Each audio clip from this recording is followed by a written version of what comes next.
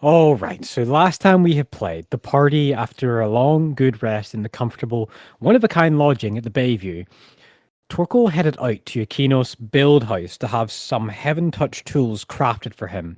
The priest worked hard for an hour. Upon completion, Torkel donated on his way out. You received these kind of awesome spectacle glasses with like multiple lenses on top, enchanted with like emerald and coated. The party then joined Osmundo at the Hall of the Archzealot in around the Emerald Hurst and sat behind the tier delegation during this brand new Archzealot's first meeting, the Grand Master of the Raising Flame.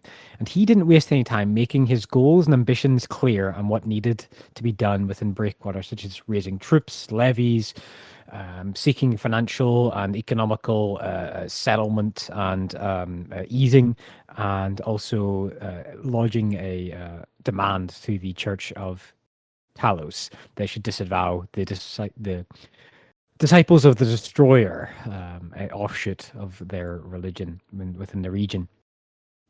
And while doing all that, once finished, aides and other clerics rushed to take the vine elevators down to get about their work, and you find a private moment with Osmundo inside the hall of the Archzealot, witnessing him talking with an outlander briefly outside. Oh, sorry, never mind. Let's back up earlier.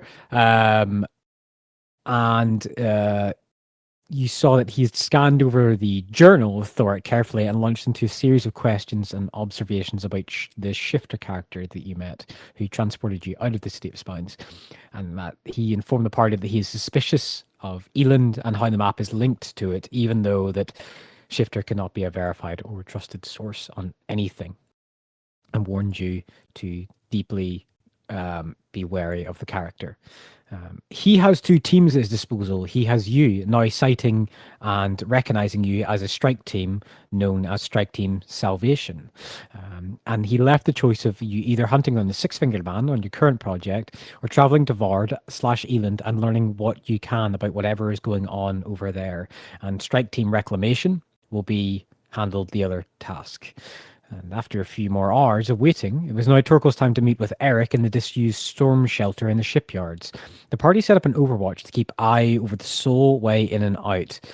And Torkel entered with Thork as his support, quickly realizing that this quote-unquote club was in fact a covert nightclub with arcane, enchanted and boosted instruments.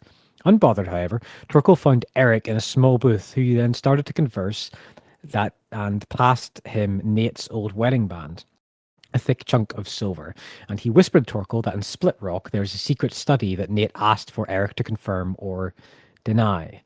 As the information left Eric's lips, Torkel spotted a broom be knocked from a no available, easyable, sourceable activity, and it was quickly caught. Figuring with his dwarven abilities they were not alone, they went to leave.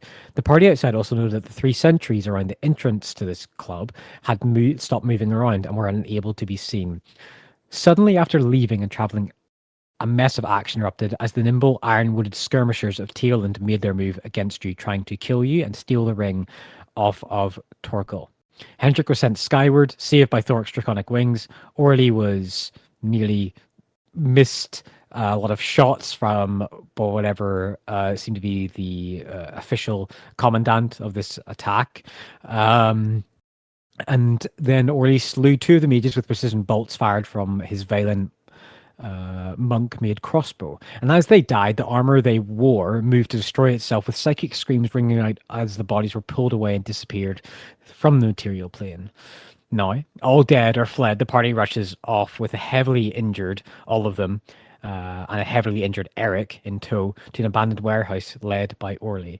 And now you have sheltered, now you have found somewhat of a reprieve. You're still in the midst of easing down that adrenaline. You're still breathing heavy. You still have blood and sweat-filled stains on your armor from this skirmish. And you're in this, it's late evening. The sun is setting on the horizon. And you're in this covert abandoned warehouse. Smells like a lot of just nails and 2x4s and cuts of wood and various miscellaneous objects to craft ships with, like ships amenities like interior bunk cabins and all these things as well. There's a few candle stations where you can light a candle if you wanted to, but the party is basically just kind of in that low point of just a few minutes after the fight. And Torkel, how are you reacting to all this? Um, I think that he's probably still in the mindset that they're not completely safe for the moment. 'Cause didn't that woman get away? Yeah, That the seemed the one of really them got agile down. woman in the kind of strange webbed armor did flee. Yeah. Yeah, and she's like she seemed to be the one that was probably leading this trio of attackers, right? So When her invisibility drops, she's definitely the most ornately armored and well equipped out of all of them. yeah, and they're elves, so that means that she's the leader. So like I guess he's still on edge, and not concerned for Thoric or Hendrik or Orly or Leonard, but mostly for is it Mark, Eric? Nathaniel's partner. Hmm. If he's still with us, or if we let him go, is he still with us? He's still with you. I mean, he's Yeah. like a So he's some late 80s, early 90s year old man, and he's like yeah catching his breath. But with your passive insight, you tell this isn't the first time he's nearly lost his life, but it certainly is the most recent in decades, and it's definitely yeah catching up with him. But he has this kind of composed look of someone who realizes what happened is important, what happened is dangerous, and he clearly wants to talk with you. yeah. Yeah, he'll definitely talk with him if he gets the sense that he wants to speak with him. But he's also concerned. He's concerned for his well-being and the fact that he has essentially got him into this sort of dangerous situation, um, and that it could result in his death. That's how he feels at the moment. But Mhm. he'll go over and talk to him if Yeah, he'll he's given up his right. yeah, he's I mean, he was briefly injured from the psychic scream, so he's kind of got a little bit of a Well, he was cloth. down. He was down, and he was brought back up. So he's wiping away the nose from his nostrils and his ears from psychic scream, and like kind of easing some. He's pulled a water skin out and put it over a different cloth and holding it to his forehead where he fell and hit the ground. Um, and yeah, he looks up at you as you approach, and he doesn't even feign a smile. He just gives you kind of a glare as you sit down, but not like an accusatory one, but just like a look, like a proper look at you. Um, and he says, "Whatever Nate was working on clearly caught some ire from our arch-errant enemy.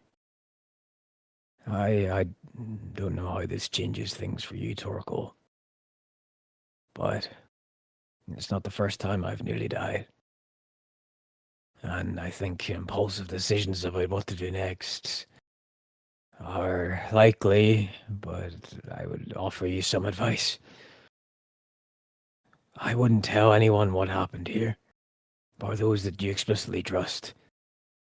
There's always been rumors that Teoland walks among us. They have people in the cities, in the towns. There's even a few hangings once in a while, but we always dismiss them as just hearsay. Whatever's going on, whatever happened in it clearly involves them to some degree, more than any other. You should find out what you can, but I'm just only taking a guess. But once you mention Teoland operating freely within a city like Breakwater, I don't imagine you'll be able to leave anytime shortly.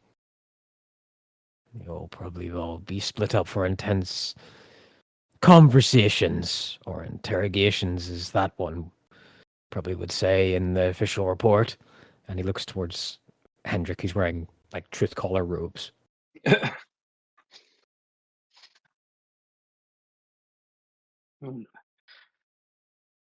And the information that we have is important, and the danger to the people here could be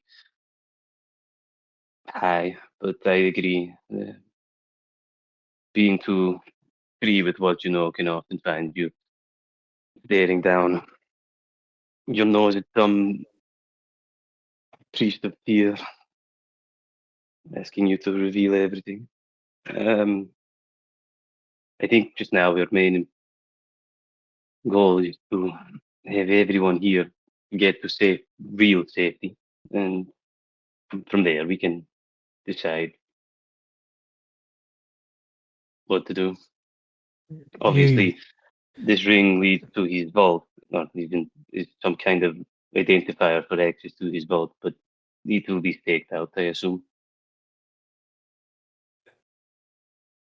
Think the vault. Well, I know the vault. It would have been connected to a mina, a lockbox or storage chamber, and he did have an account within the Beacon of Bounty.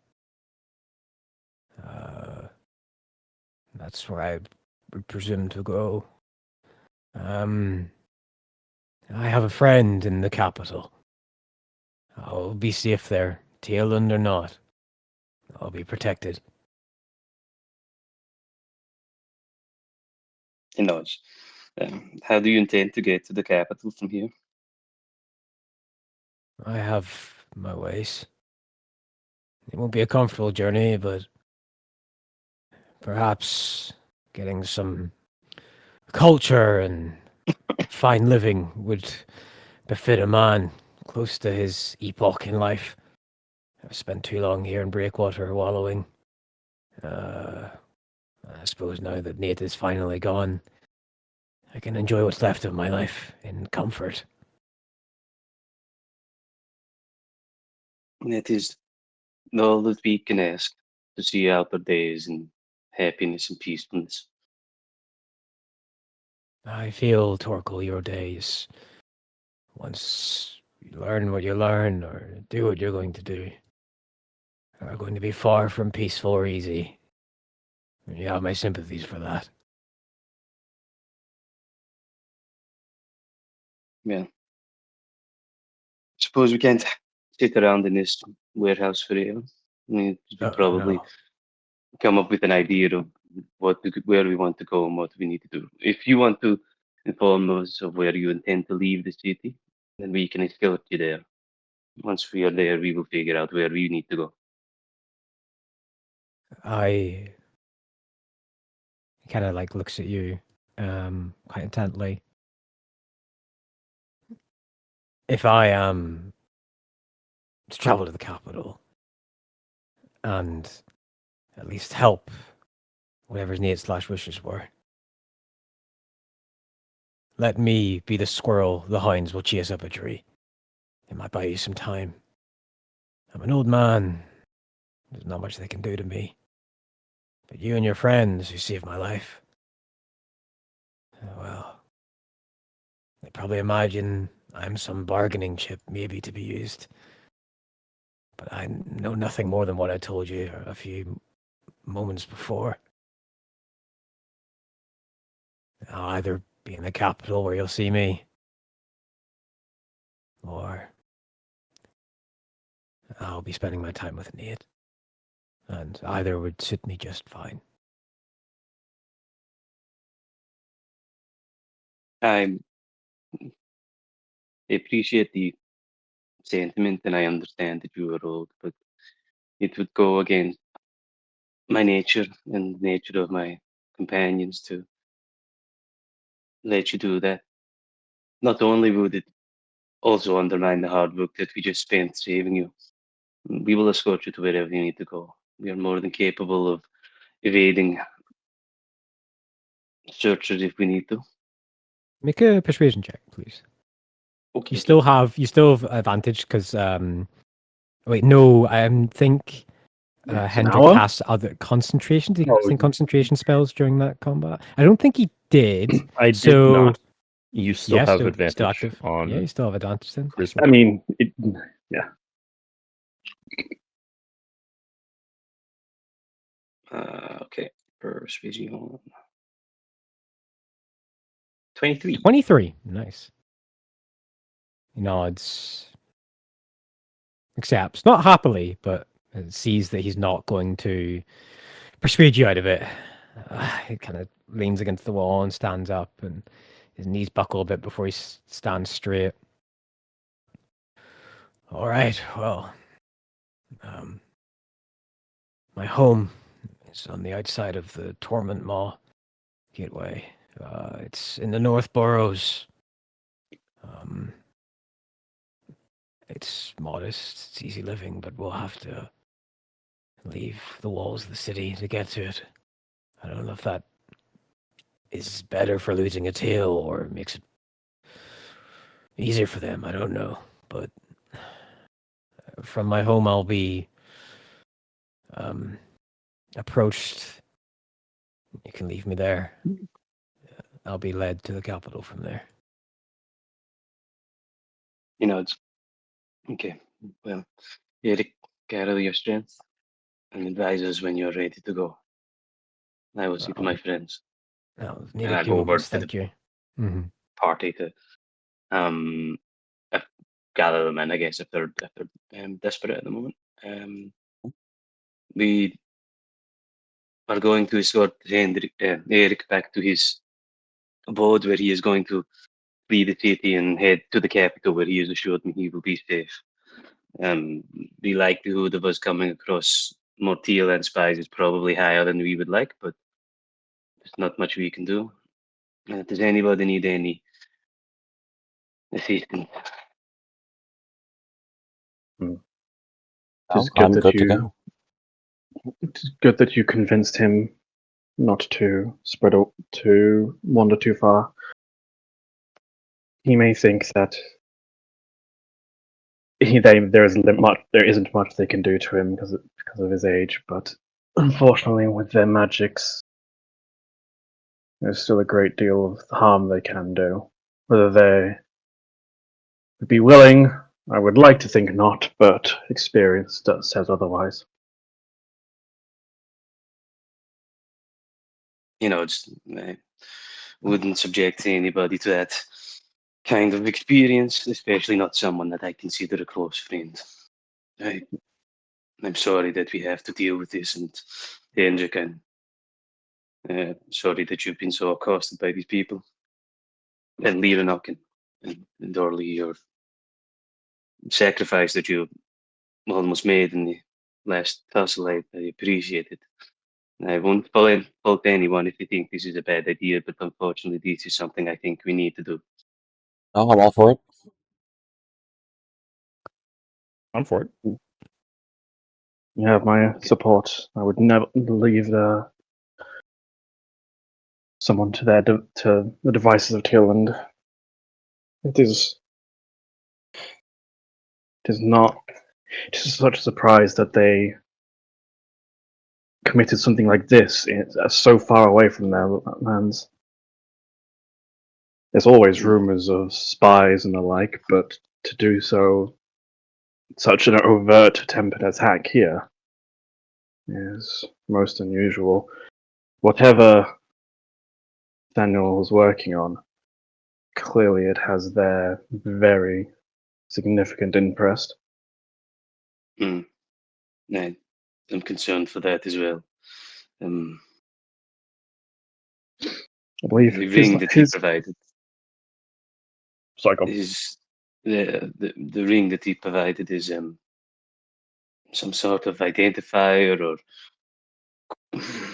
password or key to access a specific lockbox held, I believe, in the veins of Mina. And so we have another hurdle to overcome if we wish to continue down this road. But having seen what Tealand will do to get this information, I think it might be important not only to us, but potentially to the entire Concord. We need to be ready. We need to understand that if we continue down this path, we might be hunted or sought out. But I guess more immediately, I need to know that everybody is in fighting shape. And if anybody needs any healing from Kinos or any type of boost that can help you through, then let me know.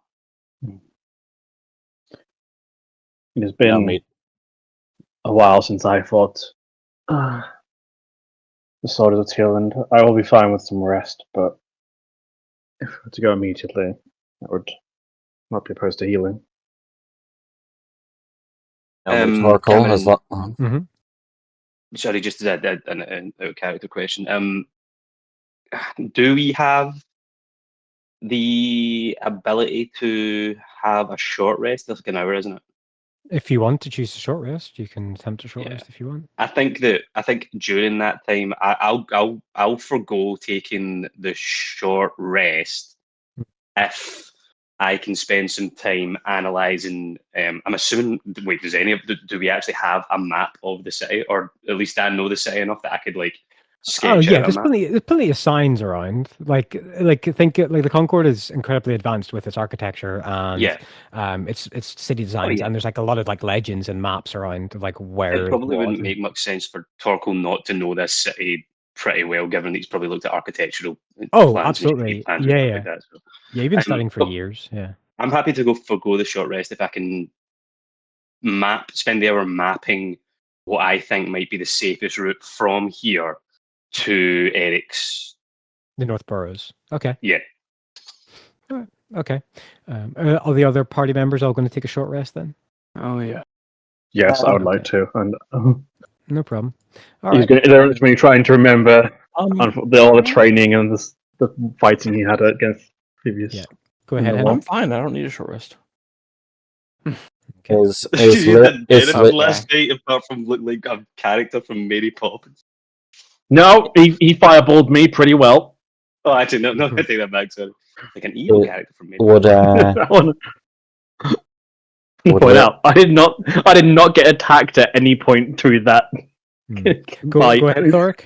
Go ahead, Thoric. would Leonok be willing to teach Thark some ways to help fight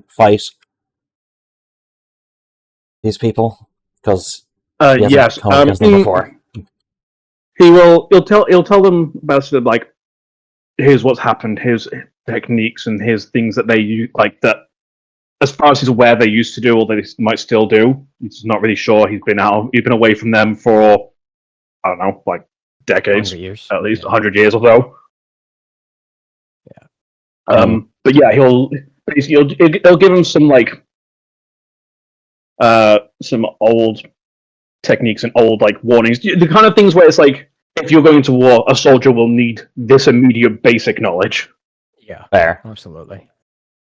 Cool. Okay. All right.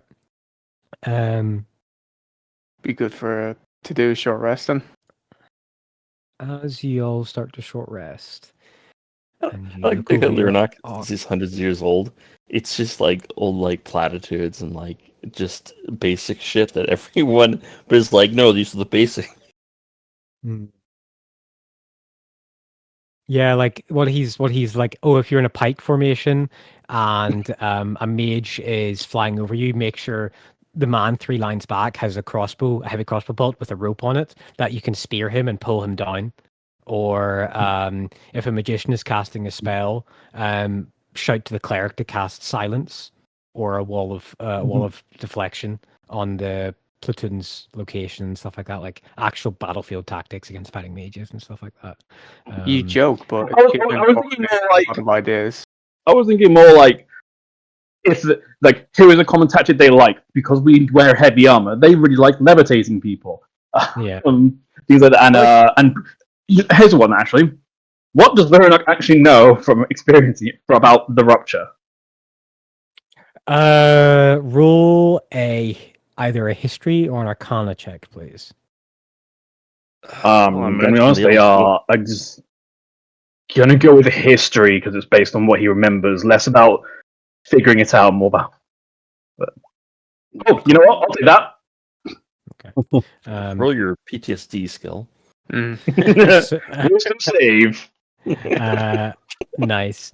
So yeah, so line troops. So let's talk a little about the order of battle. So Apestes are the skirmishers of Teeland. Usually they, from what you remember, like usually Apestes are trained for a couple years, like minimum a decade sometimes to be get the rank of Apestes. Anything lesser than them is like kind of apprentice wizards, like proper, like only know a handful of spells. Apestes are pretty talented, and they wear the lightest armor. They, as I said, they use twin blades, and they're experts like at dueling and fighting multiple opponents at once. They can wheel out a bunch of attacks pretty quick, as well as magically curse someone or cast I don't want to say debuffs, but debilitative abilities, curses to a one-on-one fight. That's kind of what they're known for. And then up from that, you have Chevaliers, which are the like knight adjacent to you. Like you would recognize them as heavy armor, and they are extremely hard to put down. And the rupture on Epestes is the least damaging, and then as it goes to Chevaliers, it is more destructive, and then all the way up until magicians, who have magicians and magistrates have the most destructive ruptures, where it's a bigger radius and it's a lot more force and a lot rather than psychic force of a scream, it's a physical explosion, and they can cascade as well. They can set off each other. There's multiple magicians dead. So usually, like tactic would be is to kill a single magician, and then let his rupture happen while backing off, and then kill the second one after that first rupture or second rupture has gone off. Imagine they don't fight in formation at all, and just sort of, God, man, the amount of chaos on the battlefield would be fucking insane. I mean, obviously, the ultimate tactic is to have a chunk of vein stone close so it disables a rupture. I Yeah, think true enough. the best thing we've got going for us is they all sound like they're French named, so their morale must be really low, and they probably flee quite easily. I was really hoping that Sean coming in with the casual racism. I think the French are is not not a a race, and French two, are not. It's I think Verdun would disagree with you. I was really hoping. I was trying to put what I envisioned Leonard would do into the conversation, because I was just really hoping it was going to just be some like really bigoted stuff about elves. Just kind of like, yeah, no, all these elves, man, they don't know, they can't see out their left eye, they only react to movements. You just stand still and shoot them. It'll be fine. Leonard does not hold those views anymore. Cypher's done it. Ah. He's made French You elves. spoke to him about 100 years ago, probably. They mean? probably All in elves charge are- of the color white. Yeah, all elves are French accented in my game. Yeah, come on. Elves are the prototypical French people. That's why they all They're have British not gonna accents win in this next fiction. war. Gotcha. Okay, so that's what you remember, Lyranok. And as you wait patiently, the party waits patiently. You have your weapons in hand, your armor ready. As you all take a sigh of relief, the three of you who are short resting can click your hit points and get your abilities back after a short rest completes. Nice. Eric, Just you can before spend your hit the points as well. short rest, I'm going to speak with my little rat and ask him to just stay out the front and keep an eye out and come scuttling back in if anybody seems to be approaching. Skulls back in before the watch ends, and he talks about how water fell from the sky when a tall man slumped against the door, and it smelled awful. Oh. And he run away. Oh, Oh I god. thought he was talking about rain first, not piss. Oh god. I'm going to apply first level cure wounds to myself. 49. Oh, that'll do. Beautiful. Holy shit. Nice.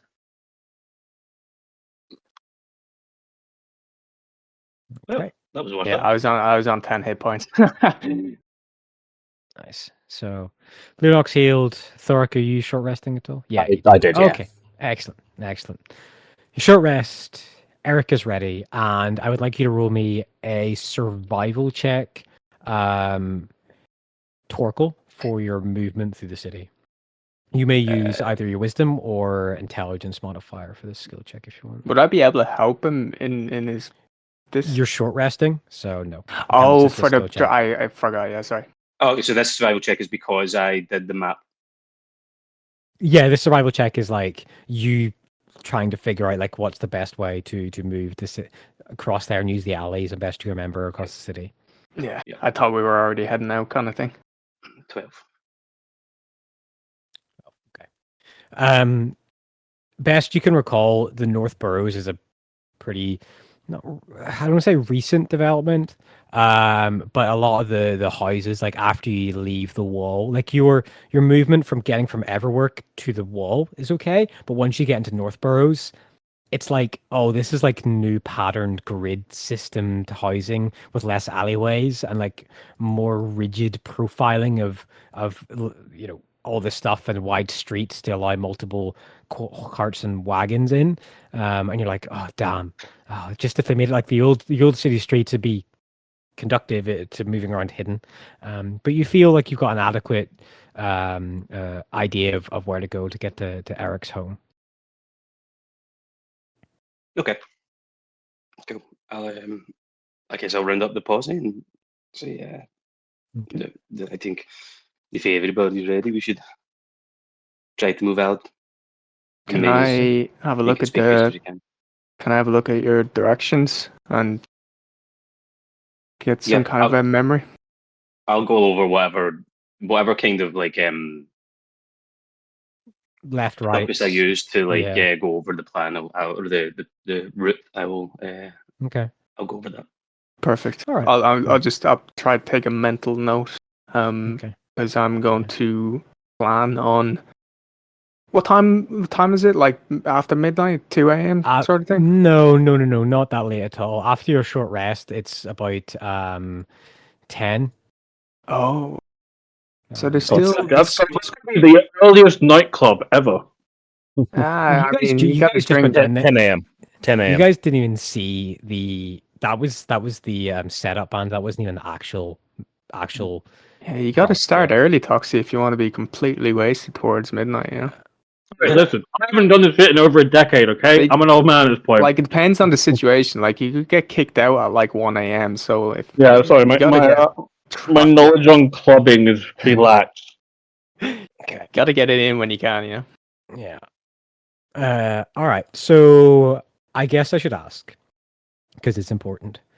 So Torkel has a direction. He has a plan.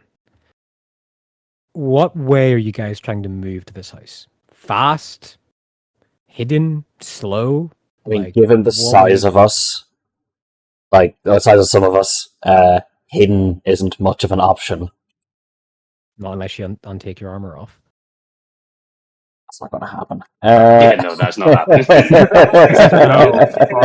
You son of a bitch. We gave her a goddamn armaments away last time. You're not getting us with this thing.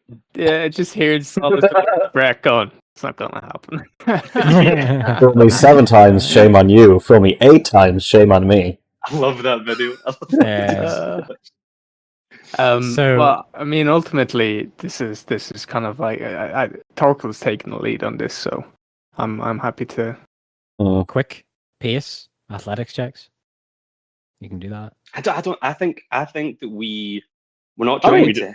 Well, we're too identifiable for us to just like saunter out, though, aren't we? Like we're not gonna. Sorry, what time did we say it was? 10. Like it's 10. Yeah. Also, remember if we're running through a city at 10 p.m. or like if we're running or trying to hurry, we might end up looking more suspicious, which might Yeah. So if we stay in like, I think we just sort of march there, not exactly casually, but sort of if we stay in a loose box with him in the middle, then I'm not like shoulder to shoulder, but let's say we're like a couple steps away from each other, and we're just walking the same direction. It's especially if there are crowds around at all or groups that we can pass by, let's say, to break anyone following or whatever, because if we go through a street and we approach a group, then someone on the, let's say, outer perimeter can act like a barrier between them and him, while the rest of us can keep going, and then we just flow like that. Do you guys want me to go like 60, 100 feet ahead? Or stay with you guys? My rat. I suppose your rat has to come back to you to relay the information, right? It can't. You I think the can't rat. speak I think my rat's already back. I was talking about kind of like me going like 60 feet ahead and sneaking. Yeah, I know. I'm just saying, like, would it be? Is it possible for you to use that rat in place of yourself sneaking? But it has to come back to you to relay the information. Yeah, right? I It has can't. It has Yeah, a yeah. far worse sneak check than Orly does. Oh wow. Okay. Yeah. I mean, if you want to scout out, maybe not like if we're walking down an alleyway, right, and we can see up and down the alleyway. Yeah. There's not much chance. Oh, well, there is still a chance, but because they can Well, be invisible, right? But I'm corners and stuff like that. I'm just saying, you guys have a few options: pace, stealth, or you could just go super perceptive and be like, right, we just want to look out. If we think that we're being watched or tailed, we all want to be like looking out and like have our eyes on that and spot it as soon as possible. Yeah, I think that's probably what I would suggest. Yeah, I think we'd sort of go like we're making a normal journey, like we're not doing anything, Okay. but just keep a close eye out, really. Yeah. On the flip side, I could say like maybe 60 feet back. Yeah, And that could work. Like having one person out isn't. make sure nobody's following us. Then. Yeah. Okay. All right. Okay. Yeah. Go. All right. So I would like I would like everyone to- to make perception checks, please. Then. Sure. I would also like to stay within 10 feet of Erith, please. Okay. Very well. This This is a. Do you want me to this roll is- stealth? You can roll stealth the- if you don't want to contribute to this perception check. Orly, do you want to be invisible for an hour? Oh, that's a good idea, isn't it? Then I can. Yeah. Do we do that? That's a good idea. You also get automatic stealth damage, right? If you're invisible. Yeah. You get you advantage Oh, on attack. fucking. I like sneak attack. attack each shot. Sneak Yeah. attack. Yeah, Yeah. sneak attack. Yeah. Perception check. Yeah. Let's do it, Ryan. Yeah. Okay. Are you still wanting to stealth, or are you still doing a perception check, Orly? I think I'll still. What's my passive perception? Yeah, I'll still stealth. Okay. All right. So you're not contributing this group skill check. Okay. Why doesn't this spell have the fucking duration? What the hell? 1 hour, I think. Okay. So Orly's hidden, but not contributing this skill check.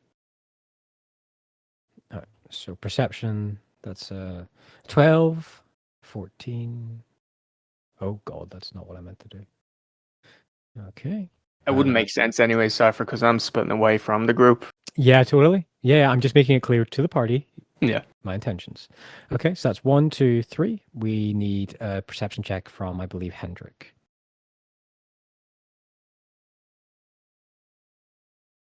Okay. A total of 51. All right. Now my turn. Oh, I'm gonna roll something. It's completely a test and not actually a thing. yeah, it's fine. Yeah, why is it fucking doing that? Okay. I have my armor as a leather, and it's giving me disadvantage on acrobatics, athletics, and. It's weird. Oh wait, do I not? Have... It's because you're a wizard and you don't have light armor proficiency. Oh, but it's not. It's just. Yeah, I It's think. Yeah, clothing. Okay, Oh. that sounds fun.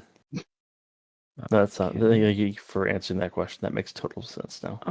Obviously, I don't know what you're currently doing, Cypher, but my plan is to stay like roughly 60 to 80 feet behind the party as we're moving. Okay. All right. So you travel out of the Everwork shipyard. There is the sound of workers getting off their shift. The work never stops in the Everwork shipyard. There is night shifts, there's day shifts, there's midday shifts, and there's a changeover now in this point. And you're mixing through the crowd.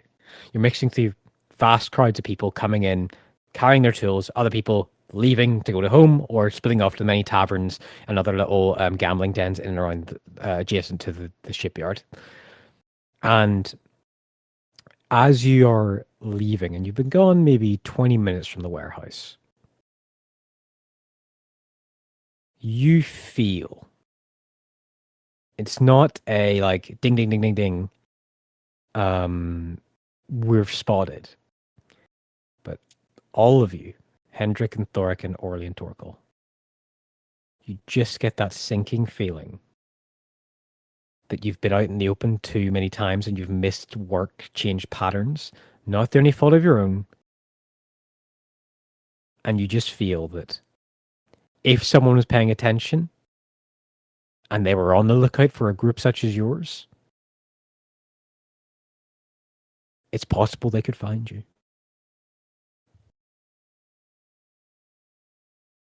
You can re-roll me. Now, I would like all of you to roll me perception checks, please. This is not the skill check. This is something else.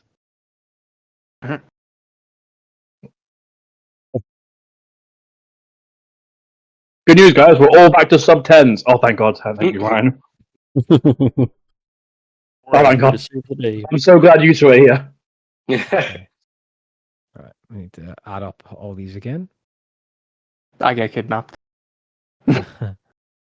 15 plus an 11 and then plus a 7. Total of 80 on this one. That's pretty good. That's pretty good. Pretty good. Let me just pretty good. Okay. He doesn't have that. That's not very good for him. Who? Oh no, I'm talking to myself. Who?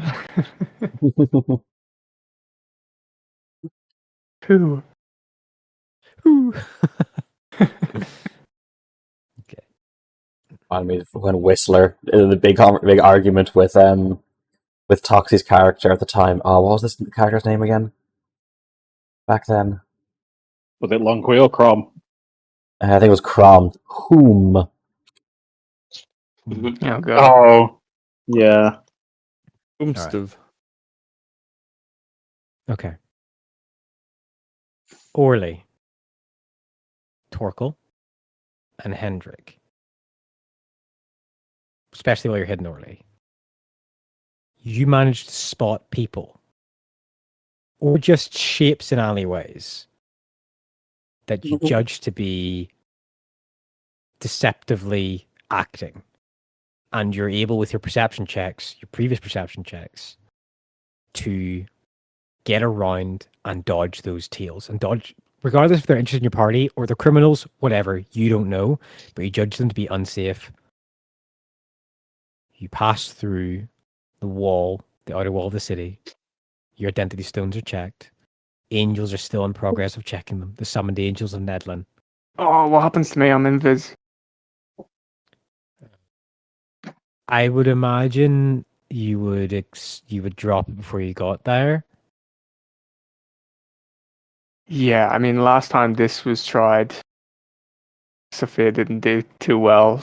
I have mean, knowledge of that. Hendrik So can just recast it if you want to go out on the other side. I think if we're hitting the outer walls, I think we're fine, anyways. But Okay. right, okay. As we're coming up to the angels, checking I'll just regroup and drop the invis then.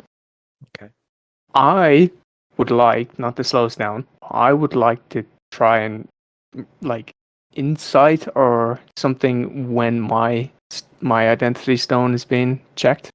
Sure, make an insight check against the angel currently with your identity stone in her hands. Thank you. Ah, What did you roll? Wait, it's not bad. 16. 16. I believe it is this bonus. I believe it's this.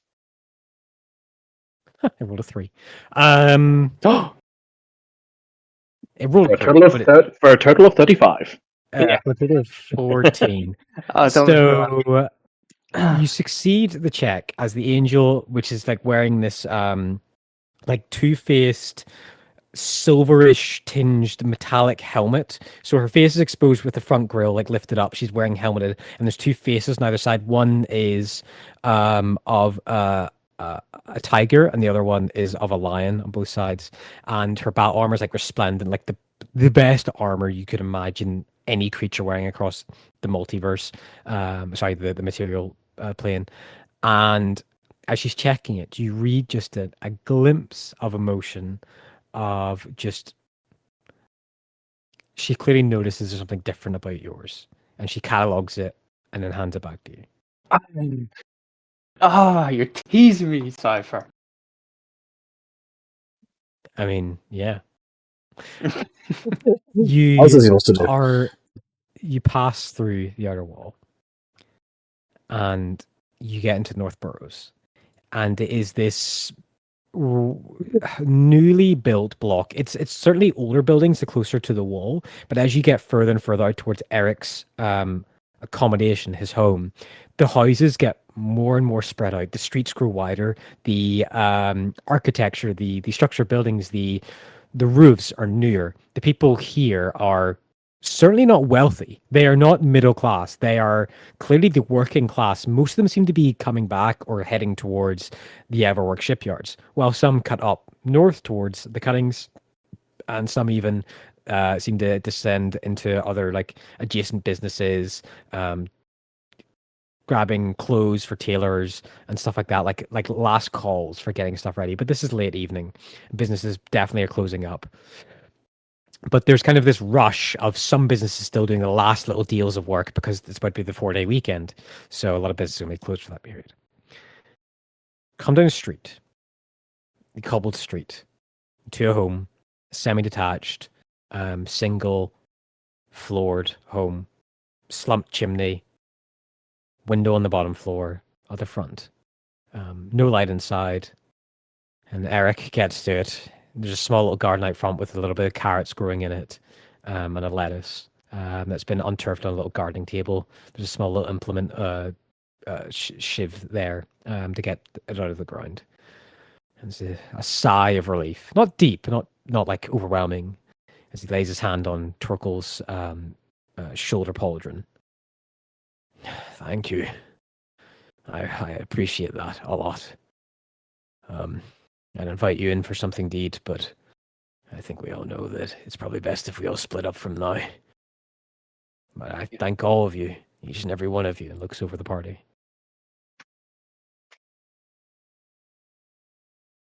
Torkel nods and says, we could stay, but the sooner we are away from you, the sooner you can make your plans to leave. Do not delay. Ride swift and be cautious as much as you can. They may still think that you have information on how to get into the lockbox, even if you don't have the ring.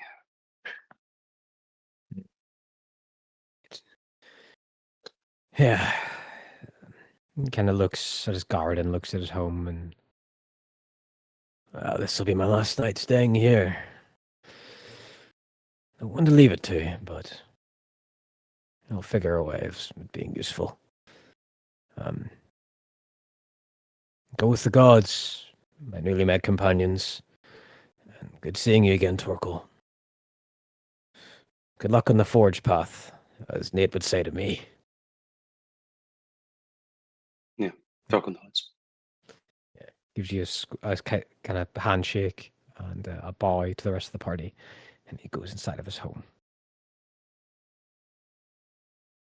Is his garden like? Is it like a front garden and then the house? Front garden in the house, quite small, yeah. Yeah, Torkel takes like a handful of soil from the garden and puts in a little pouch as he's leaving. Nice, I like that. Okay, and now you have deposited Eric back to his home. Orly, make me a intelligence check, please.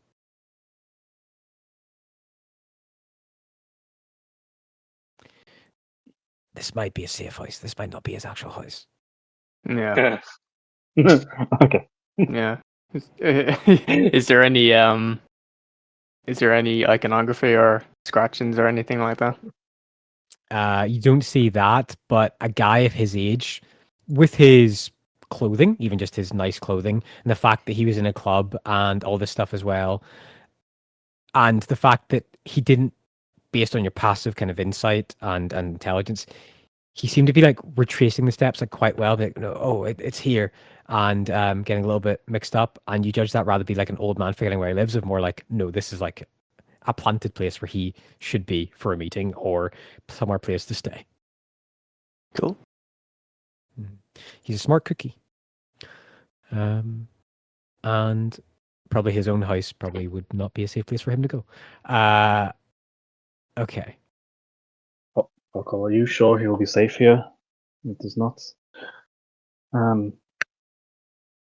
if the soldiers of Tearland wish to take him from this, I think they might be quite capable of taking him from a house like that. I trust Eric's analysis, and he has informed me that this is not the first time that he's been accosted. There's only so much we can do. I think it would be more dangerous for him to have us with him.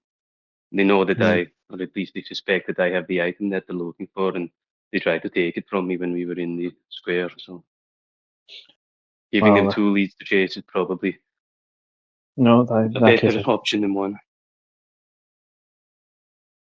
let us hope then that they feel they have all the information they need from him. If I would, as much as I do not want them to be coming after us, I would at least feel safer for Eric that if they are coming after us rather than him. Yeah, it's sometimes all we can do is hope. We shouldn't tarry any longer, and we need to leave. Agree. What was it that he bade you to do? Also, sorry, have you actually given us, told us specifically what information you were given, or? Yeah, they did Exactly. that in the warehouse that we were camped out in. They let the guys know that they'd been given like a silver ring. Okay, cool. It Sorry. was like a key or something like that. Okay. Also, at the end of the last session, I created a decoy ring. Like, because Yes, you that's did. part of Kinos's, that's part of my, whatchamacallums? Channel Divinity. Channel Divinities, yeah, that I can create something with materials. Pretty sure, hold on.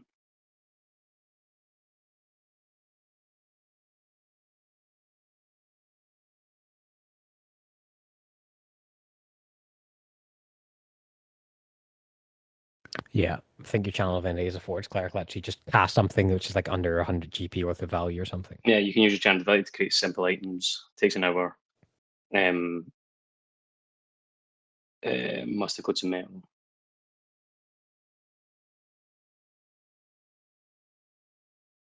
And below 100 GP, yeah. Yeah, you can. That silver ring isn't like worth that much, so you can. So yeah, he just uses whatever silver coins he has on himself to create that silver ring, decoy ring, which he keeps in his breast pocket, and the other one he keeps in his prison pocket. No, I'm joking. Somebody else can steal in his person. Okay. Right, where do you guys want to go to next? What do you want to do? Do we want to? Where was it?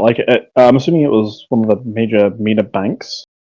Was it The MENA one of the- Bank in Yeah, the MENA Bank in Breakwater is something you've saw since you first arrived and set sail or set course to Breakwater. It's the massive lighthouse at the edge of the city, towards the Bay of Breakwater.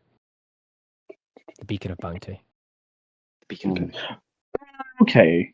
That's fair, so- We can't go there now. We need to long rest. We need to find somewhere to rest and recuperate and get all of our abilities back before we go to the bank where the lockbox is that they know we need to open, because that is going to be pick any heist movie, but when all the police show up behind you and you're in there trying to get the thing out.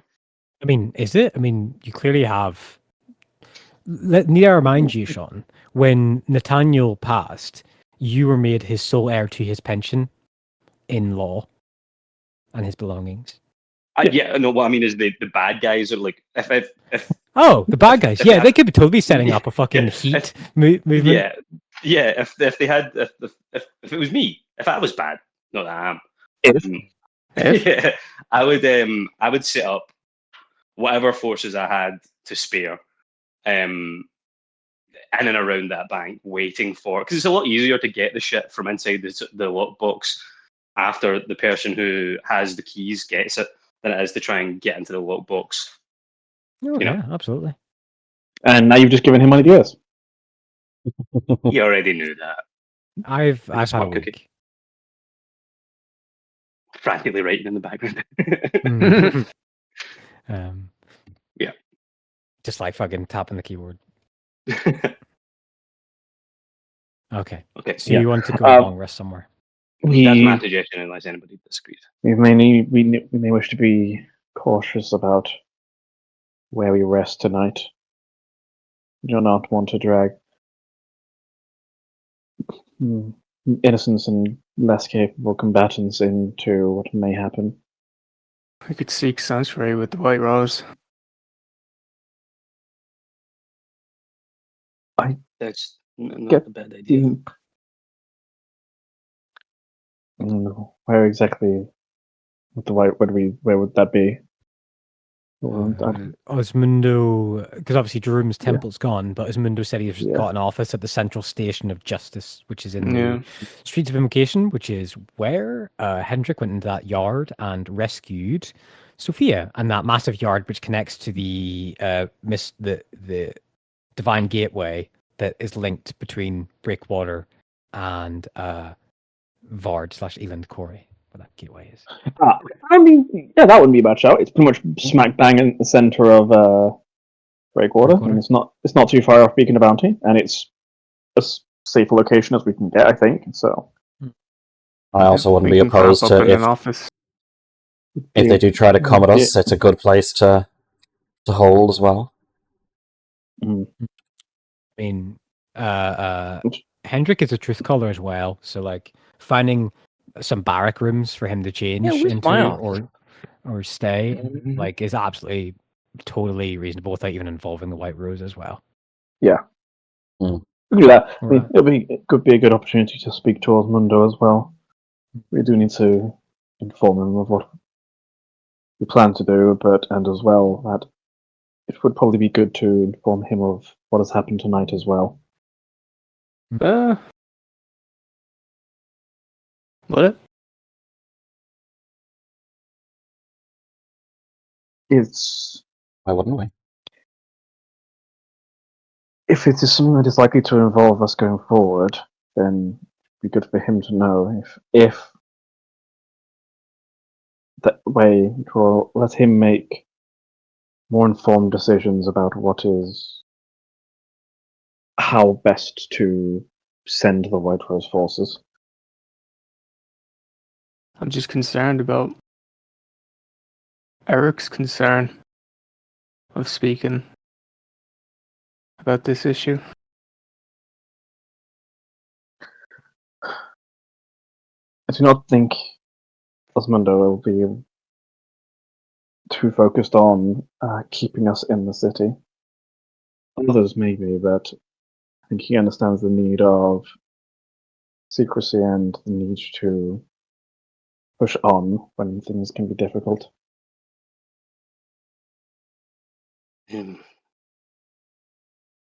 It is a risk, but Eric informed me to tell the people that we trust. I think that I think you've you warned me not to tell anybody we don't trust, but I believe that our interaction with Osmundo and the other beings in the White Rose can probably suggest that we have the ability to give them information. I think that the information about the person that we ran into in the City of Spines was more dangerous perhaps than this. And we freely gave that, so I have no problem. And also the White Rose has the ability to protect us if we need it. I'm happy talking to Osmundo. Also, we have a book that has all of our secrets in it, and if that gets stolen, we're kind of fucked. Or it's tied to me. Unbreakable string. That'd be such a good idea. Pain. All right. You head back in through, get your identity stones checked once again. It's like checking your passport through the Torment Maw Gateway, where the great shark's mouth lays open. Heading briefly through the Everrock shipyard, through the World Span Assembly, where nearly all the shops and fronts and the various industrial sector of the city is properly closed for now. All that you see is a handful of people walking to and fro. As you approach the streets of Invocation, the great cathedral-like dais that speaks for itself of the old churches within Breakwater. And you approach the outside guarded walls of the Central Station of Justice, the great symbols of Tyr, and his eyes, his blank void eyes staring down from the highest point of the tower. Gate opens up as you go inside, and that yard that was filled with hundreds and hundreds and hundreds of people, mostly nearly all recently arrested from the liberation of Liberty Corner at the hands of the White Rose agents and Truth Callers. Well, mostly Truth Callers. You don't really know there's White Rose at the point that when that happened.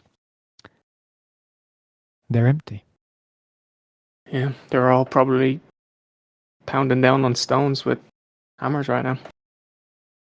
It seems that the gateway was used in the time that you've been gone. Wasn't Osmundo going to delay that?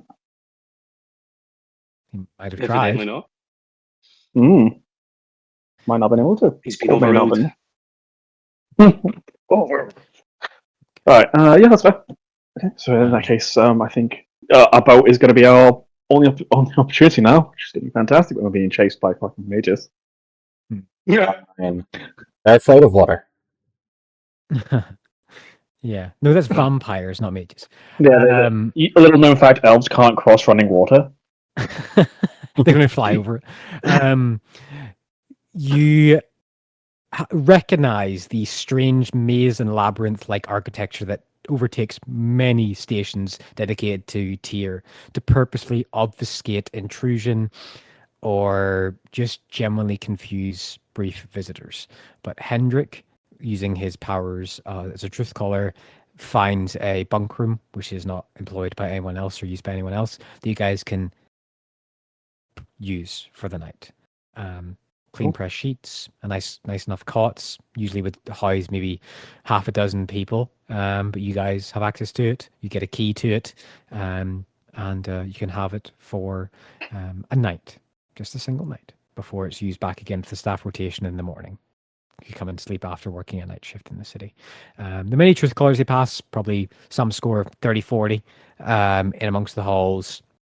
Not truth callers, sorry, brass shields do give an approving salute is too high of a word, but an approving nod and glance towards Hendrik. Hendrik, your station as a truth caller gives you respect and notice that you are not really familiar with previously as an inquisitor. You're very much a passive cold case detective, and now rather you're basically on the SWAT team now.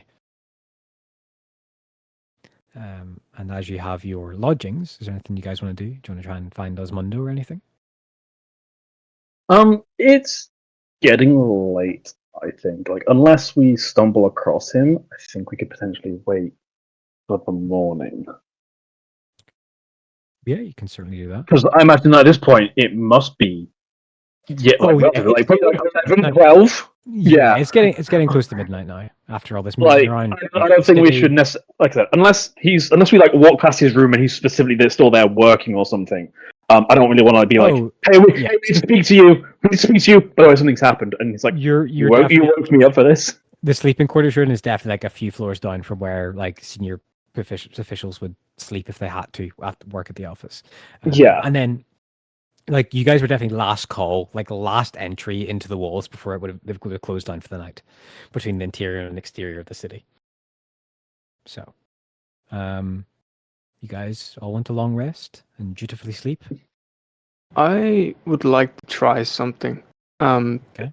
I don't know how I'd do this, but given our recent conflict and the amount of levitation and flying that was being used, I already have the ability of like a binding bolt, and I'm wondering would Orly be able to he's not really proficient in anything like this, but his ideas are flowing to kind of like maybe try and sketch out a very kind of like early and crude prototype of some kind of grapple head for bolts. All right. Really, very quickly after this thought processes, you do not have the technical know-how, but you do have a forge cleric within your party who must have the technical know-how to try and accomplish something like this. Yeah, I might confer with Torkel. I know Sean's AFK at the moment, but if he's okay with just kind of like spending an hour or two before we're going to bed, maybe not even drawing any plans down, but even just talking about the idea and seeing his insight into some form of kind of like grapple head hook for bolts. The initial customer meeting where the customer says, "This is what I want," and the designer goes, "Not fucking possible. Here's the closest we can get." Yeah. Yeah. Okay.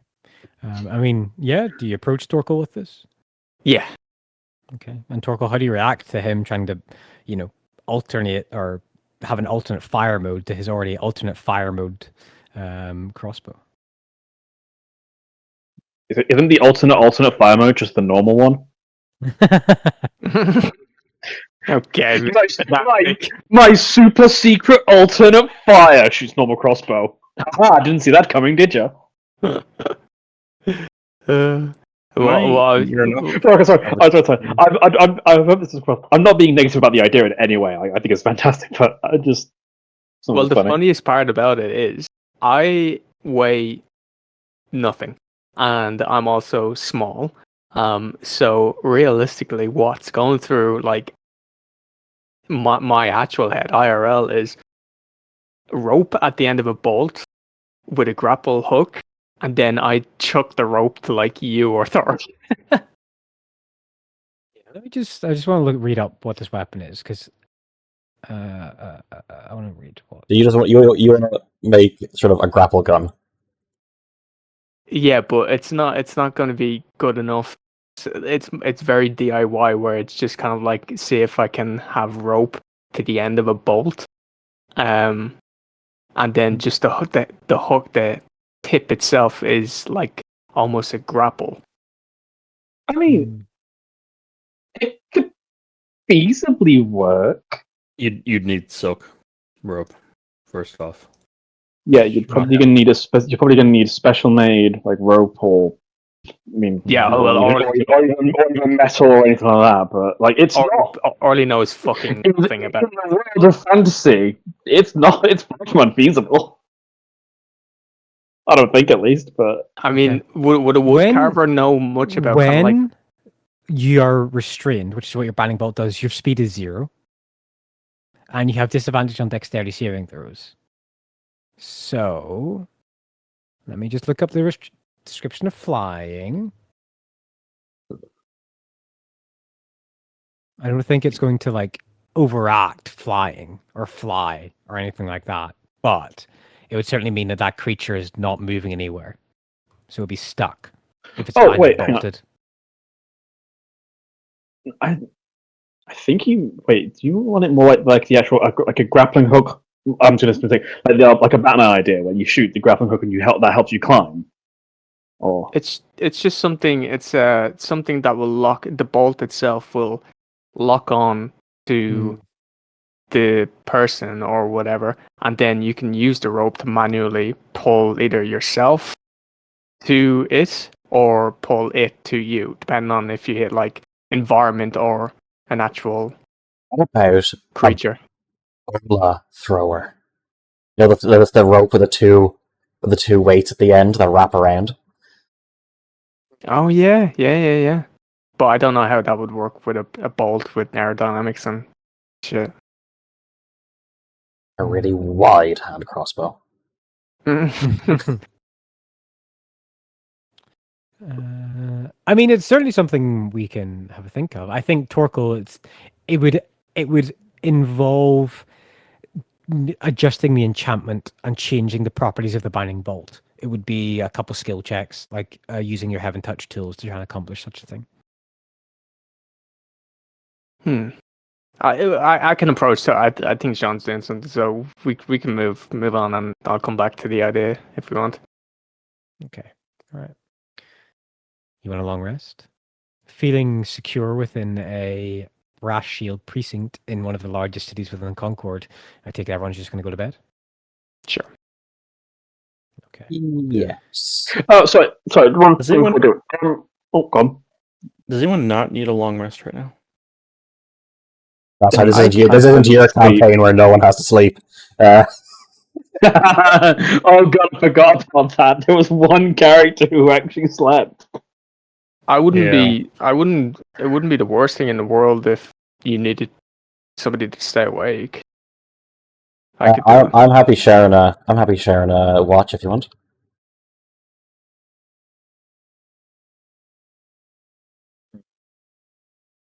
What were you thinking, Ryan? Were you thinking about taking watches or? I'm just being paranoid. But yeah, watches would be an excellent idea. Yeah, I mean we can split Yeah, them up I'm up. without affecting sleep. Anyways, there's enough Yeah. of us. Okay. I'm up first. Yeah. Cool. Yeah, I'll take nice. first then. All right. Roll me a perception check, Orly. Sure. I'm Your thinking allies too hard about my slumber? grapple. You're thinking too hard about your allies' sleep. You think about that improves binding bolt. And you actually get lost in... You haven't... Like, it's a weapon. Your crossbow's weapon. You find it within the hoard of treasured items within Sophia's occult secret underground fountain base. And you're looking at it and you're like, damn, this is really fucking well made.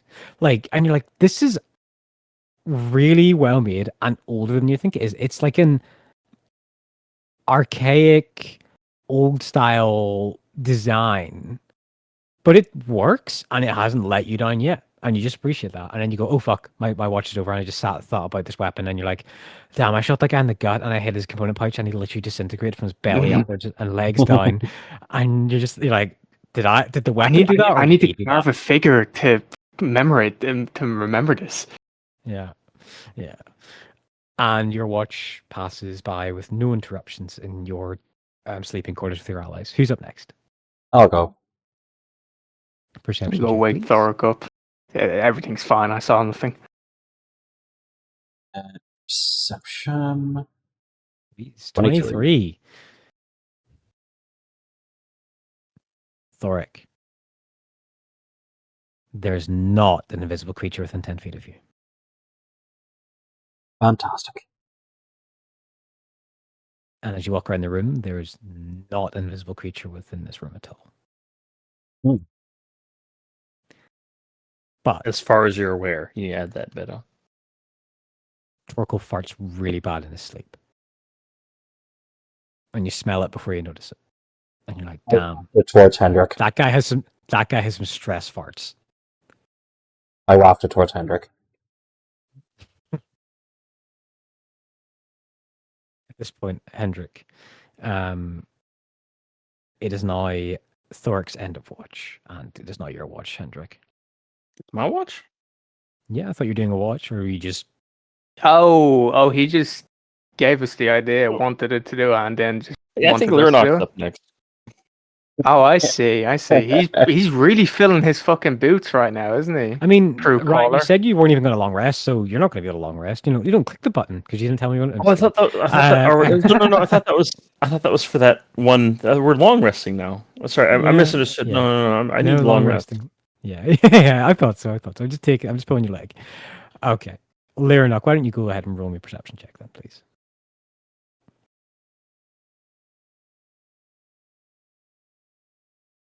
I don't know if he's there.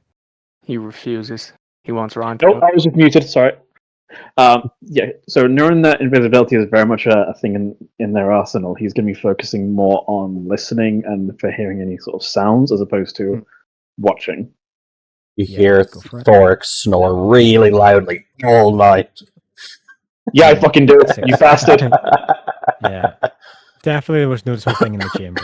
And like a dragonborn's vocal cords have this like trilly, echoey, like a cat purring, but it's like so reptilian. You're like, how do people sleep with. Like you've slept outside a lot of times with Thoric in tow, and a few times within the chambers. And you're like, if this is the next 10 years of venturing, how the hell am I going to get? I'm going to have to get some wax earplugs. I'm going to keep sleeping next to this guy.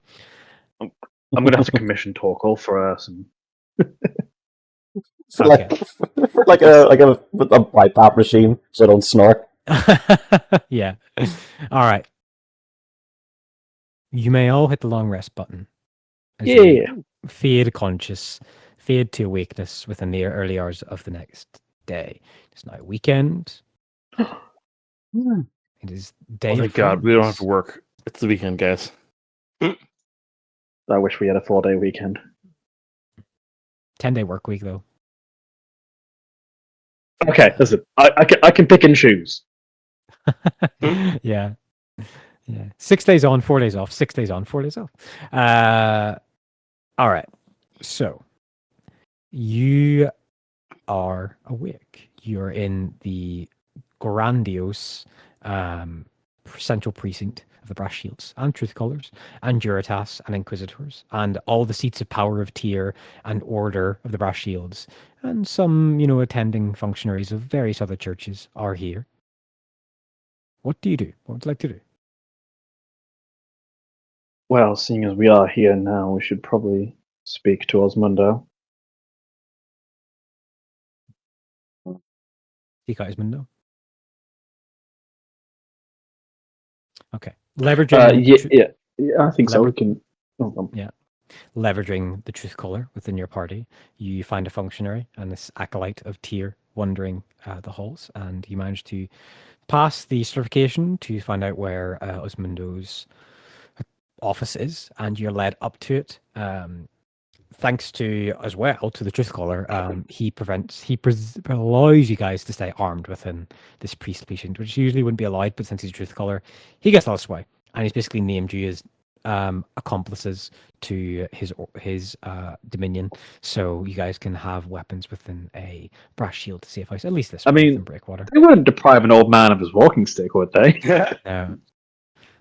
Did they even recognize a laser gun as a weapon, really? I imagine you probably don't even have that out publicly. You probably have it like that. The shoulder harness, the harness they gave you, is like a literal 80s cop detective, like under the armpit. The shoulder Well, holster. I was assuming he was walking around with his finger on the trigger at all times. Okay. I can't believe the one character that has a gun and he's not even dex space. He's a fucking sorcerer. God damn it. Might be a way for a certain priest to change that. You could turn it into a smart pistol from Titanfall. I think really hard, and that's where the bullet goes, where the shot goes. Okay, or I just persuade really hard with my charisma that the bullet should go that way. Orc logic. Could we do that? If you get high enough persuasion check, the person you're attacking just dies. I believe he is dead, therefore he is dead. Yeah, I think that's just Power World kill. Sorcerers have that. Great point. Great point. Sorry, I was just like, oh, fucking, that got me! Oh my god! The door to Osmundo's office is present in front of you. It clearly has a newly marked Osmundo registered on it, and it's got like a fresh a fresh sticker or iconography over an old name. As the door is in front of you, and the assistant leaves you. Osmundo. Studio's office. Oh, yeah, sorry. In that case, just go and knock on the door politely. You just hear a familiar voice go, "Enter." And open the door and enter. You see a quite nice office space of around cylindrical design. There's a handful of mirrors around the room, a writing desk in the middle, in the kind of back wall corner that overlooks a small balcony with the windows open, and there's a balcony door open and some of the curtains flying in the breeze. You're about maybe 4 stories up at this point, so you get a nice enough view, but a lot of the cathedral parts of the Street of Invocation are much taller than 4 stories. Some of the spires go up to 8, 9, 10 stories. And you see him at the desk as he sees you enter, and he's got spectacles on. He has a simple deep blue shirt on, like a really sea blue shirt with a single top button undone. He has a little bit of sleep still in the crust of his eyes, and he sets down the inkwell. He's clearly writing something, and he has a mess of documents over the desk, but still slightly well arranged, but just like a lot of it. As he sits up, and he's got suspenders on over his trousers, and he walks over in kind of evening shoes. It's good to see you all again. You look well rested. Have a good night's sleep somewhere. Oh yes. We actually slept within the station. We had an eventful night, which we wish to catch you up on in a little bit. But first, did you manage to get your meeting with the Archzealot?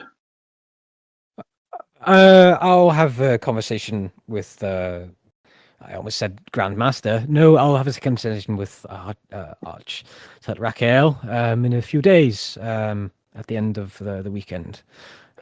He can fit me in for an hour alone. That's all. But he does want to hear about the Marshal's work within Liberty Corner intently, as it is probably one of the most dramatic things to happen in Breakwater in some years. But he understands that I am, even though personally involved, I'm not a true part of the Tier Church. So I have asked, and he nods towards Hendrik, a few of your order who accompanied me on the mission to give a more detailed account as fitting Tier's lessons on law and retribution against such breakers of it. I think there's looks around the room. Sorry, I don't have any refreshments. There's no tea, but there is some water and milk on that decanters over there on that table. Help yourselves. As he goes and kind of tidies up some of the paper and there's a few seating areas around, but this isn't like a living section. This is very much a workstation with a handful of little amenities in it, but not to fit all of you guys sitting down. Yeah. And he goes and fetches the small little mug he had on the table and takes a sip of water, licks his lips, and thumbs the side of his cheek a little bit, scratching it where some 5 o'clock shadows appearing.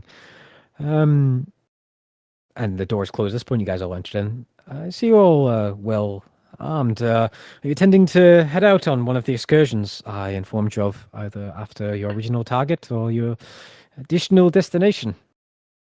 I believe we do plan at some point to catch a boat up to. Sorry, out of character real quickly. I believe the plan was catch a boat up to Oakhart, was it? Yeah. Yeah, that's Cool. Well, yeah, plan to trip a boat up to Oakhart. Deal with some probably deal with some short business there, and then we plan to travel towards Vard and complete our mission there. There was a bit of a complication last night after we left, which we believed it was best to inform you of. Torkel, are you comfortable with me explaining it, or would you rather it is, in a manner of speaking, your business? Torkel nods and he says, I believe that I have spoken about this matter enough. I would be thankful if you wanted to relay it. A little while ago, one of Torkel's mentors, sorry, I forgot, Nathaniel Everstone? Nathaniel Everstone, yeah. Nathaniel Everstone passed away, and he had arranged for a message to be given to Torkel and for a meeting to be undertaken with someone. He was apparently, he made mention of, during this meeting, he passed, during this meeting, a ring was passed on and made mention of inheriting something important, some important work that Nathaniel was undertaking and that needs to be completed. Apparently involved Tierland quite heavily. To the point where Nathaniel made mention of feeling haunted or something along those lines, that Tierland was keeping an eye on him. during this meeting last night, we were attacked by. Sorry, what was it? Epilstes? Pestes. Epestes. We were attacked by several Epestes of Tearland, along with, you don't know for sure, but a magister or someone else of significant or of higher rank that was leading them. The Pestes that were involved did not survive. They fell victim to the rupture, as is common for them. But the higher rank one, we believe, got away. He sighs, looks down at his feet, looks up at your party, scanning you. Do you all take honey baths and get chased around by bears in your free time? Because that's what it sounds like. Trouble finds you so easily. No, You call it trouble. I will but quite agree with you. I've been around for several decades, and more events have happened in the past couple of weeks than have been in some years. It was the same for my great-great-grandfather. Okay. First of all, do not tell me anything else but what I need to know. Even what you've already said complicates things on the matter with relations within church protocols and political leanings and promises, and kind of nurses his head a little bit with his left hand, and his right hand he scratches his side. You hear his stomach rumble. I am this is Torkel. You're mental.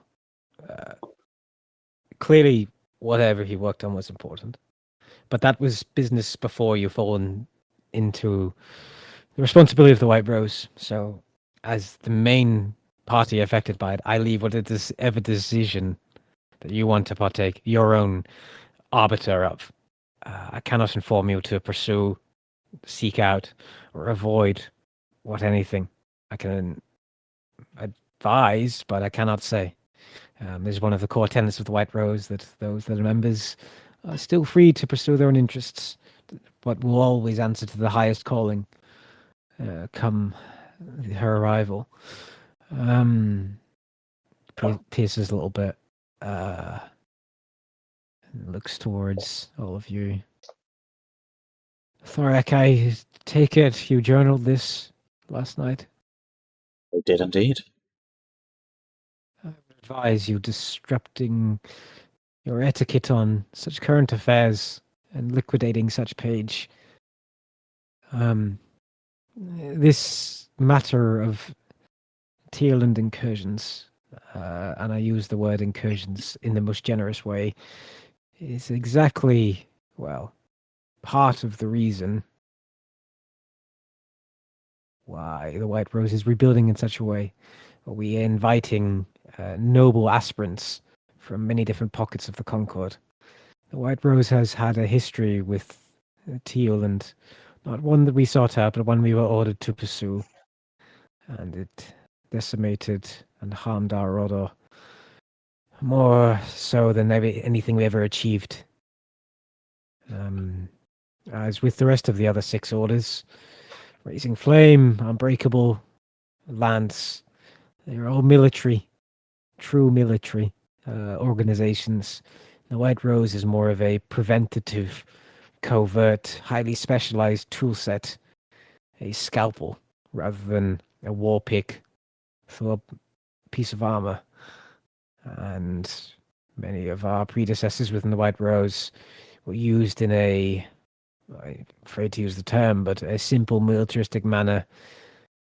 And it is something we're still trying to recover numbers-wise from those days, from the Third War, from the lessons I had taught to me by Jerome of such things. So it is not unknown for White Rose to fight Tearland even on our soil, but I don't think that anything to do with you is connected to this.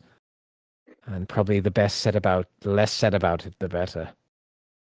For once we invite other powers knowing about this altercation, it will bring the greatest scrutiny on the White Rose, and our whole purpose of trying to undermine whatever's happening east of here with the Six-Fingered Man and perhaps this Valetti incursion towards that city will all be undermined, and our efforts will be redoubled against Teoland. So I would ask you to keep your wits about you and keep quiet. This information will be remembered and will be honoured. And your honesty is always thankful, Lyranok and Torkel, Thorek, Hendrik, Orly.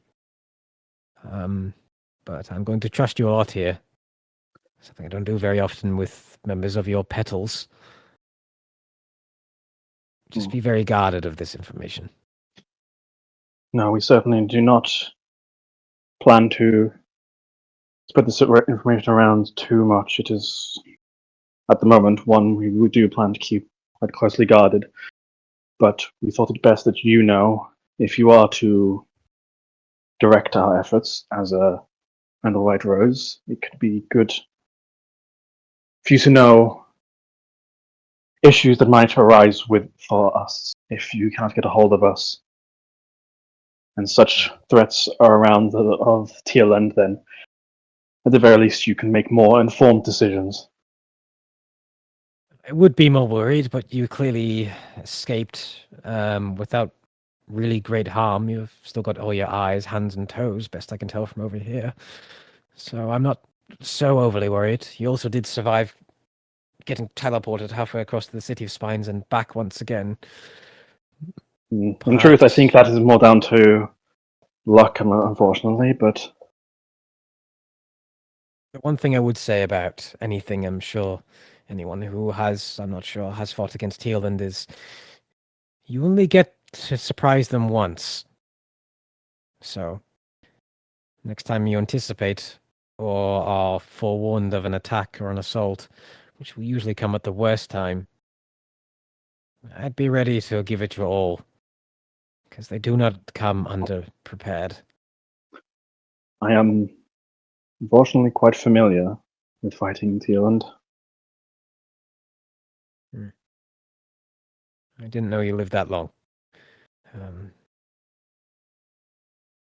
All right, well, thank you for telling me.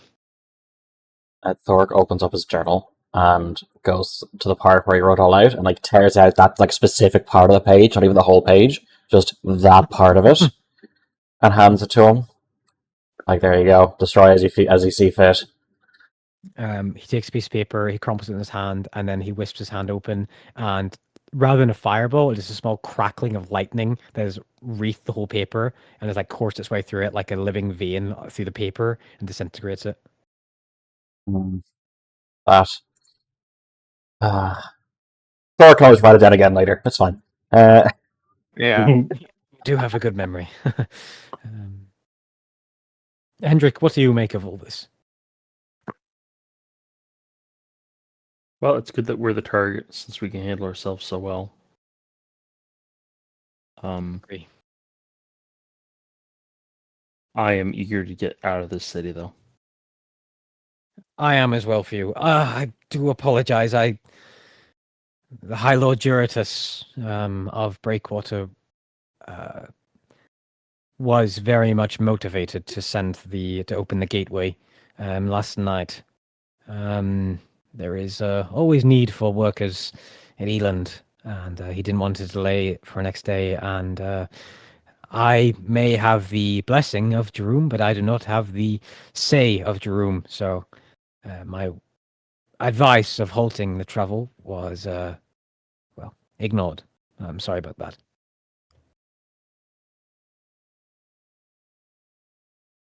We'll make do.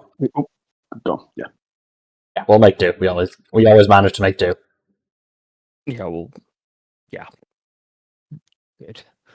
Well, I'd advise an early start at the dock then to find a ship. There are...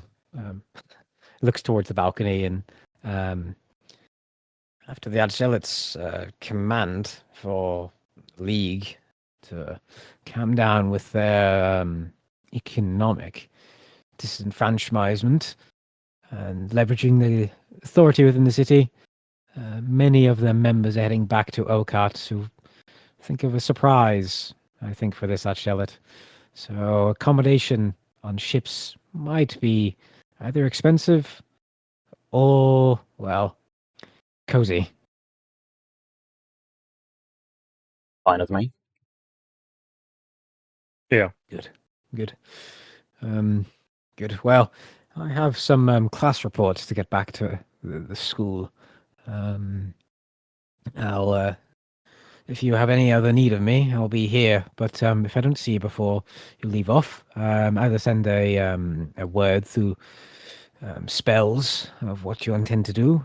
But I'm sure he'll report from you one way or another. I hope your efforts don't go in vain at Eland or Vard. I will send word to Reclamation to get started on heading east.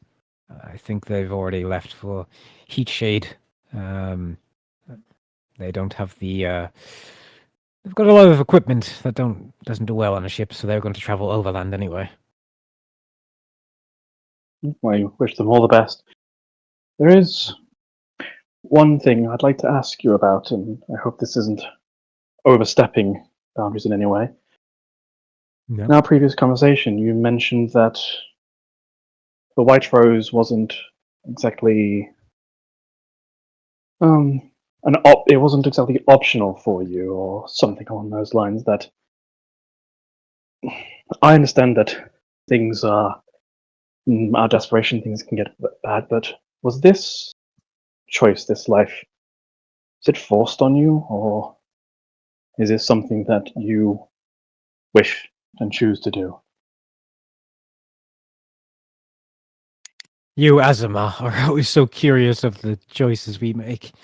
For your choices that you have presented in front of you are usually heavenly divined. I won't take up too much of your time because I'm sure you have to go into the dock and get things ready. But I was set on a very early path as my father, my grandfather, my great grandfather, and it involved somewhat nudgings with Erith. My great grandfather met a very, very talented arcanist a long time ago, and he was friends with him for some time. But I think he made even greater friends with my great grandmother, who was the sister of the great wizard, and they founded a school. So I've always been connected to that. It is called the Arcus Academy. Oh, an academy, and a noble bearing. And education is very important. I'm glad you come from such a background. Helping people and the like is Well, it's not for free. I mean, there's a monetary cost to enter as a student, but the school takes all sorts. Sons of Jarls from Theostine, dwarven princes from Faramir slopes, even a handful of elven mages from Galglion or Kenora have been known to attend. It is the greatest school on the northern continent for adventuring and general practice of abilities. And my great grandfather Talon, he did take after the wizard's sister, and well, that's my family line explained.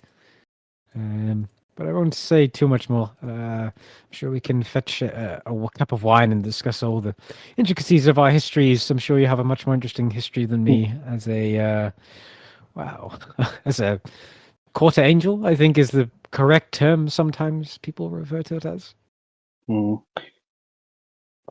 I found that sometimes people put great claim and emphasis and import on one's birth details, but In my years, I've come to believe that it is what the choices that one makes. It is far more telling of a person than what they were born as. But I'm sorry, I did not mean to overstep or ask anything too personal.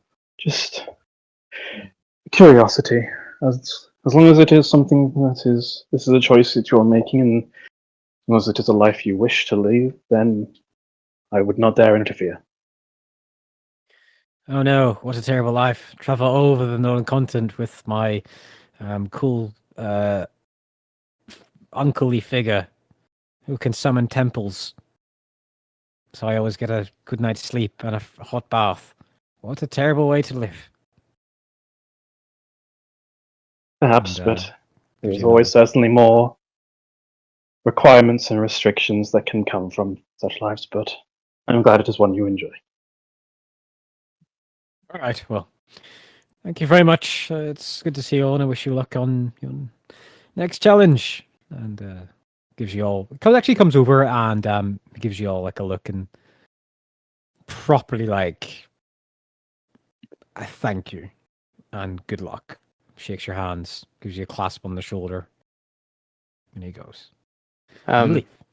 Sorry, Unless you have something to say. before Asmundo, as he's approaching us one by one, as he approaches me, I just, Asmundo, I wonder if you could just quickly, we've taken up a lot of time and we need to get going ourselves, of course, but I wonder if you could just take a look at my identity stone and just a quick look over, and tell me if you can see anything that's different from a normal stone to you.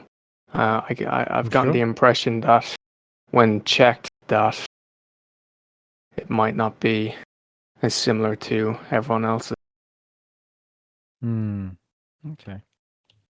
Yeah, he takes it and scans it over, and looks at the what do you call it, thing within it. The strange hue of light as he searches towards it. I'm going to roll a skill check for him. Make it public. Roll good. Okay. He looks into it and he seems to like summon a strange spherical shape of electricity in his left hand, and he kind of smothers it over the identity stone, and it kind of encompasses it. And the bubble grows and grows and grows as the identity stone levitates in the air within inside of the bubble. It gets about the size of a basketball, translucent. The electricity swirling around it, and he closes his hands over it, right into the gemstone is what is in both his hands. And he looks at it. Well, you've been a naughty boy with a false identity stone. It was. Still is. It but still it's- is. It's got a tracker on it. I That's assumed as positive. much. You are appearing as Ollie within the systems of Breakwater, but once you're outside of here, you'll maybe wish to assume any identity. But here at Breakwater, at least, you are Ollie, as it says here. Okay. Okay, well, that's good to know. That's still useful to me. The linkage of the identity stone to the local systems within Breakwater, the mainframe, I think I've heard it referred to as, identifies you as who you are here, but all the other mainframes across the Concord, well, they don't have that alteration. So, as I said, you'll be free to. Someone used a good deal of magic to get this to work in such a way. Surprised you weren't just paid a fine or thrown in jail for a couple of days for having one of these. I made a Clean. defensive case as to why I required such a stone. They obviously believed me.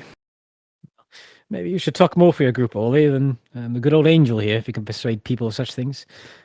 Good to see you. Good to see you, and good luck. Maybe I just got lucky. Bid you farewell as you all leave. And where do you guys want to go now? You leave Osmundo to his work. Yeah. I still have a deflection stone. Sorry. To the docks, then, I guess. Oh, I mean, did you just shout that out loud, or? I want to point out we are still in like a police. What is Feeling. Legal be happy now? I feel like I've He so just much. screamed, "I still have a deflection stone." Yeah. It's my favorite song. You guys never heard that song? It's an old one. It's Okay. Does anyone Um, have anything they need to do here before we get the fuck out of here by boat? Yeah, we need to head by the Beacon of Bounty. Oh, that's right. Okay. Okay. Yeah, we need to normally, complete the thing. Lighthouse. and- Sorry. Other than that- normally I would Other than that- suggest we split up. While we can go find a boat while Torkel deals with the Bank of Mina. But in this instance, I do not think it wise to split up at all. We're not splitting up. That's a terrible idea right now because we got stalked by assassins last night. Yeah. That's more. Other What I said. than okay, well, okay, I just wanted to clarify because I thought you were okay. Never mind. No. Okay. Other than the bank, does anyone have any business they need to do here before we go? No. Okay, good. We're done. No. Let's go to the bank. Let's get the sword. Let's get out of the city before we get murdered.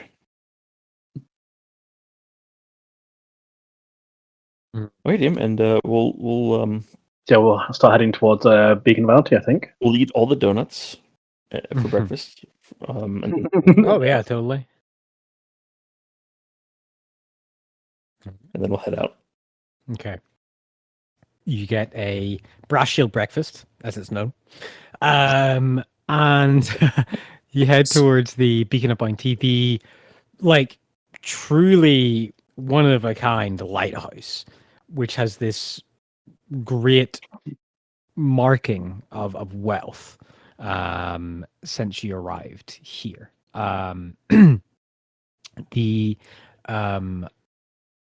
scale of it really just walking closer to it is just like it's like being under a skyscraper.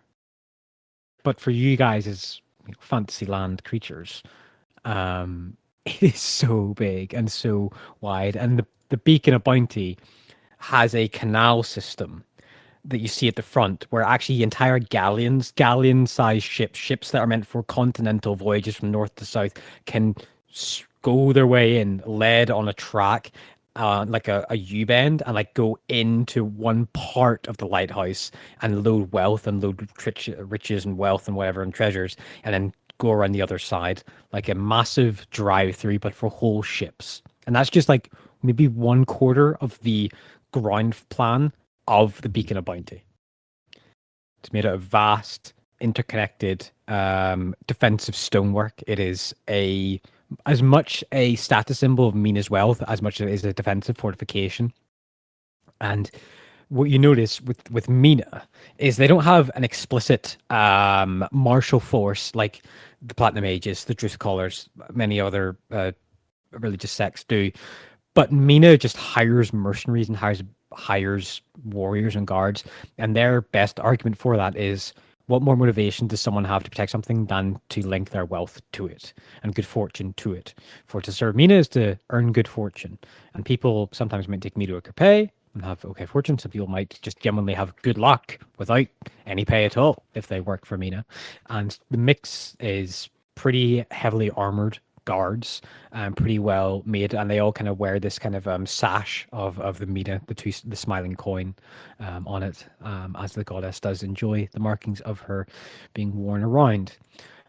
And you see, as you enter in, it's kind of like going into a museum. Like there is a check, you can like walk up into it, but there's no like checkpoint of checking identity stones like that. Not yet, but to get to like a queue of a receptionist, which is like a kind of band, like a V band, and there's a half a dozen on either side of the band receptionists, and there's a great circular doorway leading at the triangle point of the V band into further into the structure itself, further in the building itself, and it smells of fresh flowers. There are hanging plants and planters all across the ground floor. There is a series of stair wells that you can faintly see on the ground floor that do occasionally have windows looking down to the lower floors. And the most surreal thing of what you can gather of going in is as you look up, most of the tower's hollow all the way to the top, except for a few crisscrossing bridges between the floors.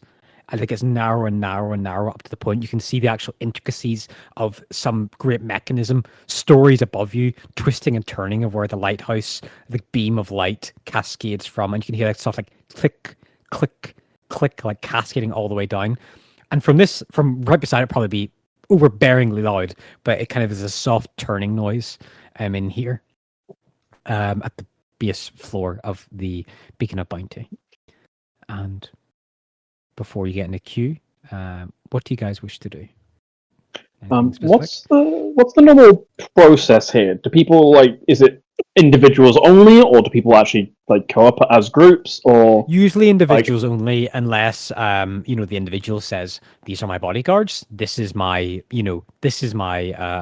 consulate who attends my businesses. People can be named or notified persons to look after a bank account or a Mina account within here. But I mean, Torkel literally has within law that he is, possessing the pension of Nathaniel. Yeah, I'm just thinking more a case of if all of us go up, is that a case of, well, this is really unusual, let me go and get my manager, or is it just more of a, okay, moving on? You're not sure. Yeah, okay, that's fair. Yeah, so Torkel, you want to get into a queue? God, we're doing bank RP. I have to take a 5-minute break from that. I'm gonna go insane. You have to roll a dex check to write your signature. Small talk roll. Yeah. Charisma. Disadvantage automatically. Doesn't matter. You just get disadvantage.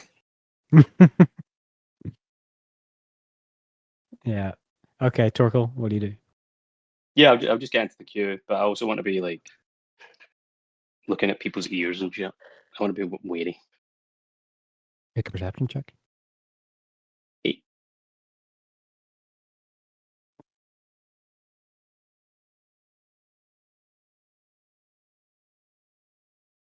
A big stick.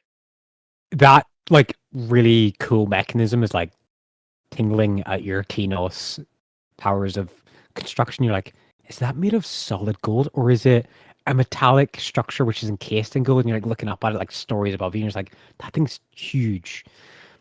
And that's Is Torkel. it gold plated or is it real gold? Yeah.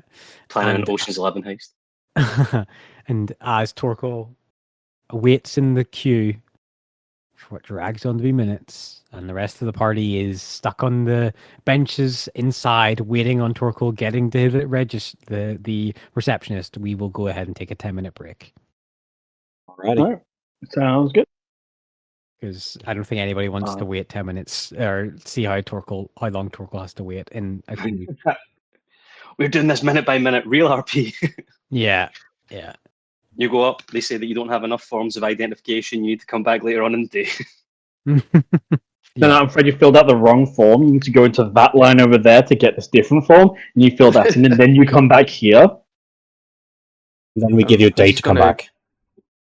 I'm gonna go and make some dinner and stuff like that. So I'll probably be back at past, but continue on after when you guys get back, and I won't be too long after you guys. Yeah, I'm going to try and make breakfast. Yeah, I'm back. Are we out of the bank? No, we're taking a break. No, we're just going. Still in line? Okay. Yeah. We're real time waiting in line. We're real time waiting in line.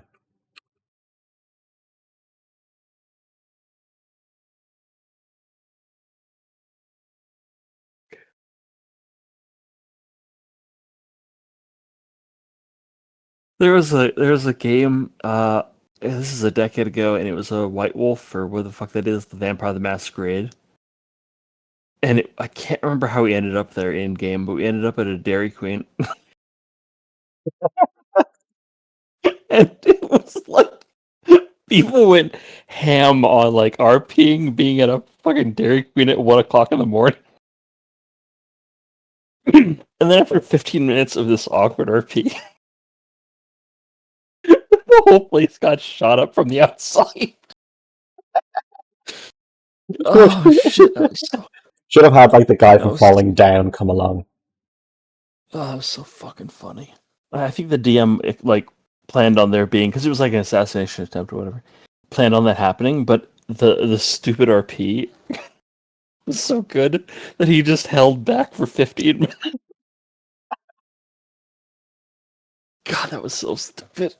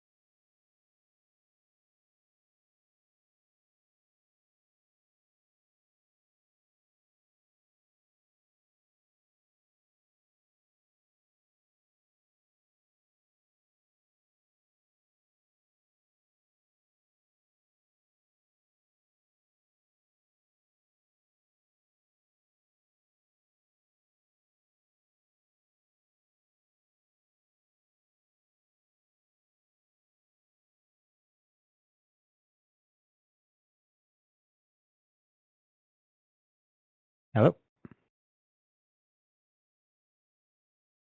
Hello. Hello. I'm very glad that that school is still going. Mm. I'm also so I finally got some of his backstory. Yeah. I've been fucking frothing at the mouth, going, I need to find a way to get it, but like I can't just run up to him, shake him, and go, "Tell me your backstory.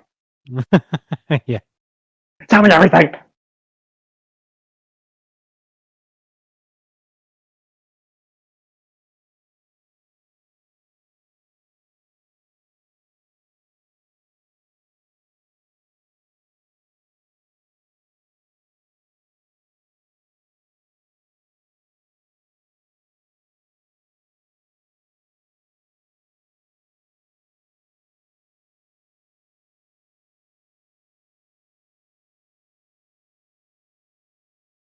Oh, there's a message up here. What's that? You guys ever see the video of Gordon Ramsay cooking cocaine? Cooking cocaine. Yeah. Oh, did they go to a thing in Colombia or something? Yeah. Oh, And interesting. they like took him through the whole process. Hmm.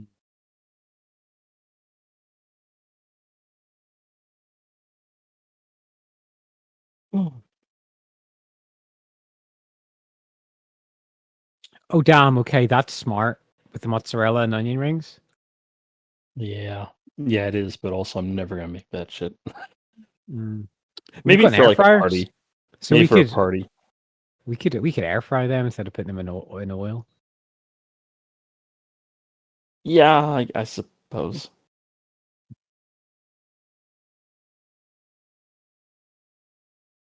It is really smart though, but yeah. Yeah. What did I make? I made feta and other cheese filled peppers. Quartered some peppers and then filled them with cheese. And it was really nice.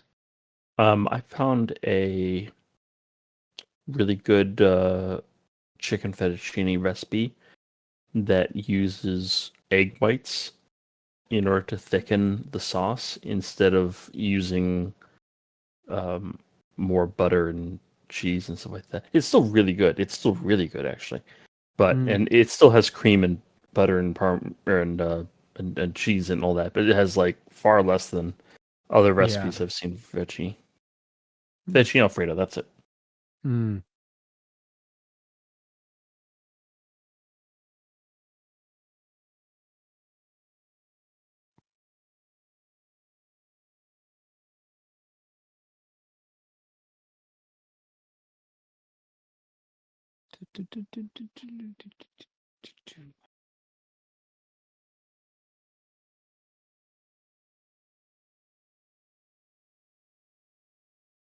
Yeah, the nitty-gritty rules of the new Horus Heresy edition kind of got me interested because the simplification of 40k kind of pushed me away from it. Yeah. Well, like, I think Horus Heresy does look really interesting. I also remember a little while ago, like this was like in the previous edition, I guess. I was sort of putting up, like making a list, and I just had this moment of realizing this is actually more than a grand in in an army. Oh no. And it was, and I was thinking, I was sat there going, "She's like, we're at a grand," and I'm like maybe halfway, and that was just the immediate moment of me going, maybe not. But like, it does look really interesting, and I love some of their rules. I think they've actually done a really good job of it. It's just a bit of a shame. It's just out of my price range at the moment. Yeah. Yeah. I mean, it's the res and stuff for me that's just like bothering me, but I just need to get over it. I print my own But pieces. I love, but I you do. That's very true. But I just love that you can mix like tactical fours, tactical twos, tactical like there's all these different marks of armor you can fucking mix. I just love that.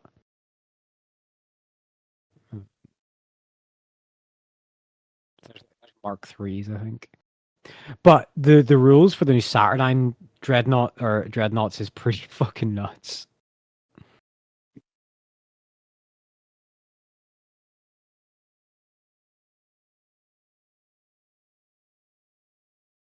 But then I was just like, am I actually that interested in Horse Heresy, or just do I want to play a board game? How for those who are more in touch with the tabletop wargaming scene, how has the transition for a lot of people from 40k to Trench Crusade been? I think a lot of people really liked it. Yeah, actually, I've heard some good things about Trench Crusade. I think I've also seen people raise some issues with it. But Well, there's not going to be any perfect game or solution, so I imagine if there were Setting makes me sad. Like World War One making people sad. it's like Super Satan World War One, and it's just like the lore. I read, I got into lore. I'm like, oh, this is neat, and I got more lore. I'm like, this is really fucking depressing. And then I got more lore. I'm like, this is. I don't need this shit in my life. I'm gonna go find something else. The problem I have with 40k right now is that I used to get like really hyped is the wrong word, but like I used to get excited like looking at models online. Where I used to fantasize about building lists and like buying models, like, oh, maybe if I had this, I can theme my army around this. And literally none of that for 6 months now, at least. I'm just like, Mechanics has some really good models, like holy shit. But yeah. No, I mean like I can go. That's a nice model. And it's not even like, oh, that'd be a bitch to paint or that'd be a bitch to assemble. Like not even that at all. Just like, like I don't know if I just went so hard into 40k, like I got really obsessed and I just got burned out. But it doesn't even feel like that. Like I got burned out in D&D and I came back to it and I liked it. And I'm loving it now and I'm running 2 campaigns at the same time. But like... Wait, you're still running the other campaign? Yeah. Oh, I thought it broke up. My bad. No, it didn't break up. They just have to take longer between games. Oh. Okay, cool. Okay. Yeah, and then some other friends want me to run a one-shot for them. So. Cool. Yeah, because like when I started playing 9th, I don't know, it just felt like so new, and like I was really excited for the launch of 10th edition, like super hyped, like oh, it's gonna be great. And I think I've played maybe 5 or 6 games of 10th since it launched. What? Oh my god, 2 years ago. I've still been playing my Necrons, and I've barely painted in the last year. Yeah, I mean, but like it's fine to take a break from things, try different games, and do things like that. Like that's the thing for me is another game kind of caught my attention so heavily that, funny enough, even that one's kind of lost my interest a little bit at the moment race actually. But like, I find that literally like the hardest thing that I find about 40k about playing a game is it just feels like I want the narrative. I want to play a narrative game. Like, and I almost like sometimes want to forget about like scoring points, even though that like the objective stuff still is important. Like it's an important part of the game. But I just feel like some of the choices are so competitive focused. It's like, Yeah, well, to be fair, that was an issue I knew they had a while ago, where even they kind of realized they were tailoring so heavily toward the competitive aspect that it was actually just like mega killing the casuals level. And I don't know if they've actually managed to fix it yet. Yeah, but like I don't get it because like my local game shop, like everyone's playing Blood Bowl and Necromunda and all these other skirmish games, and they have really cool models and some, especially the Necromunda stuff. And I'm just like, I always feel like because it's my local club, I'm just like, I don't want to build and paint models because it means I have to go to the club and to play, and the club gives me a fucking headache every time I go. Well, oh really? It's just like so loud and autistic. Ah. People who can't regulate their volume, and it just and then oh yeah, you've got to speak louder, and then you end up shouting like, "All right, I'm going to deep strike my Terminators here." What? I said I'm going to deep strike my Terminators here. And then that was always one of the most annoying things, especially if it was like a fairly big, popular shop. Yeah, and it's fucking abysmal, especially if you got. I don't know if you went to like events and tournaments and things like that. But God, Of the when tournament. you're actually screaming, basically just to be heard. I've never run. I mean, maybe you guys have bigger, but I've been in rooms where there's like 8 games going, and it's as quiet as a library. Like people. Oh, are chill. you're living the dream then, my man. Yeah, you are. Like It's not a guaranteed thing here, but it is fairly common where it was like, okay, so you've got a bunch of people speaking at once, which means that one person speaks louder to be heard, which means that everyone else speaks louder to be heard, and then it goes up and up, and it just constantly Yeah. escalates. And I remember I came back from an event once.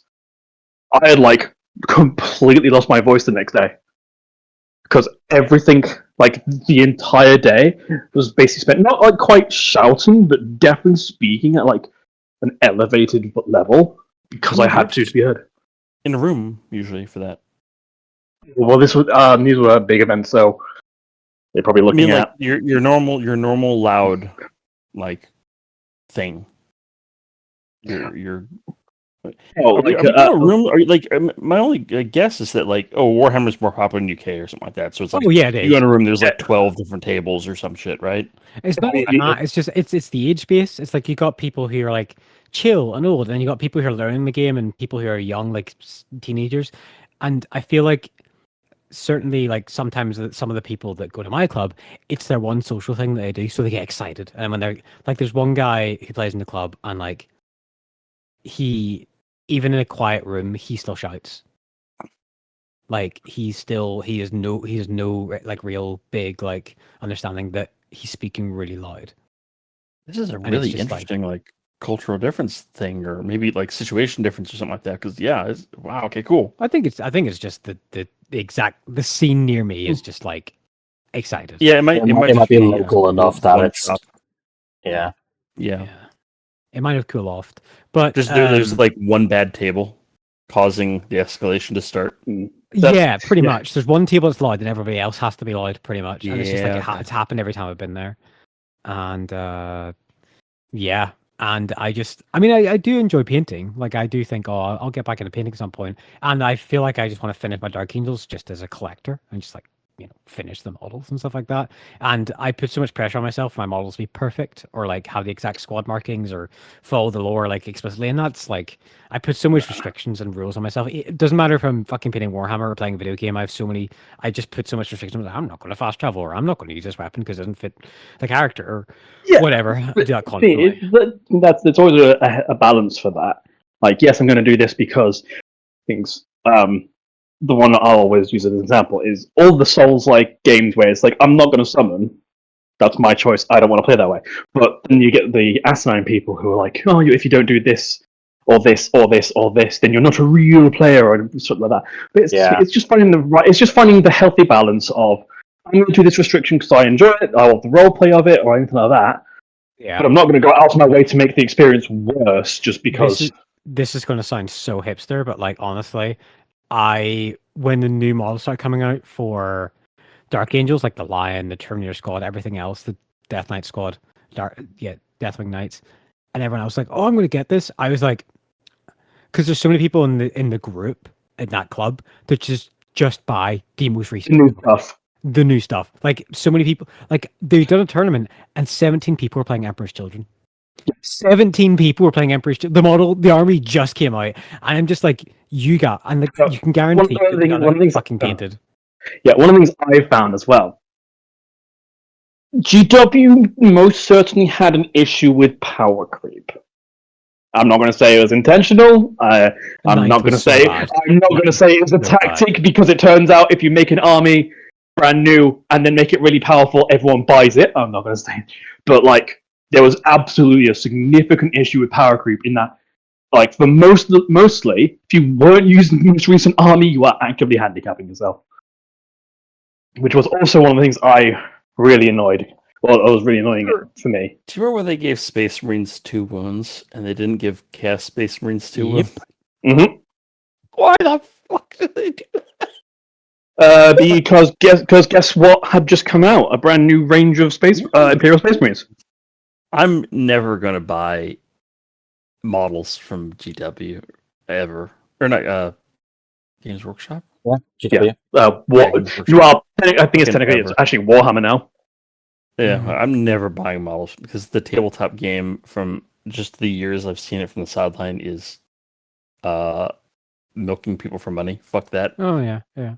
The books are Yeah. great. I buy the books like crazy. I love the books. Books are good.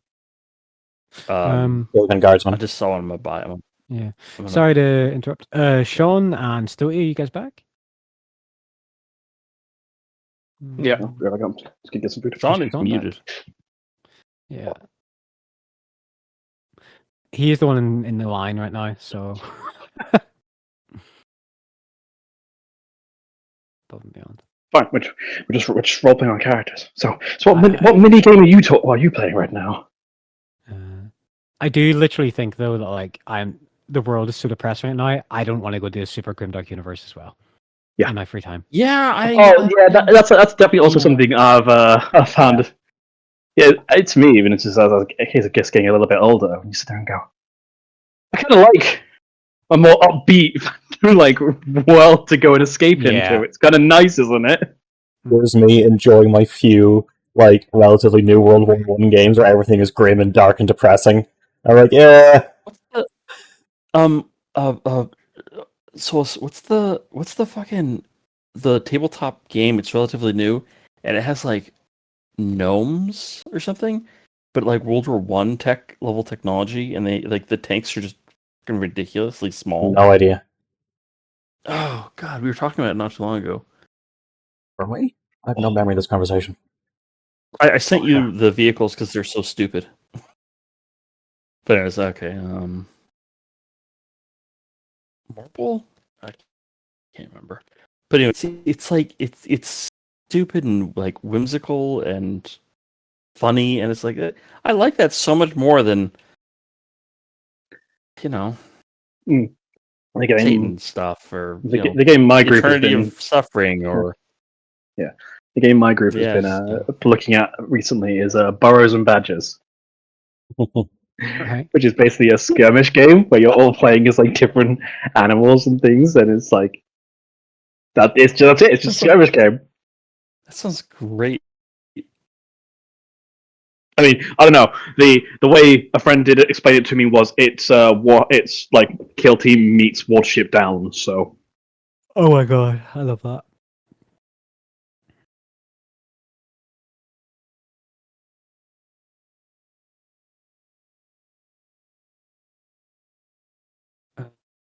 We really need to know when Sean's back. I'm gonna send a message. I think he's making breakfast.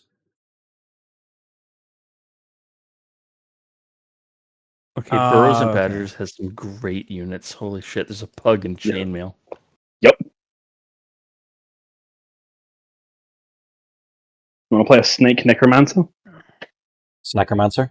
The squirrel's tail is Necromancer. armored for some reason. That's a good one. I honestly, it's getting to the point now where I'm like, I have so many unassembled Warhammer models, should I sell them?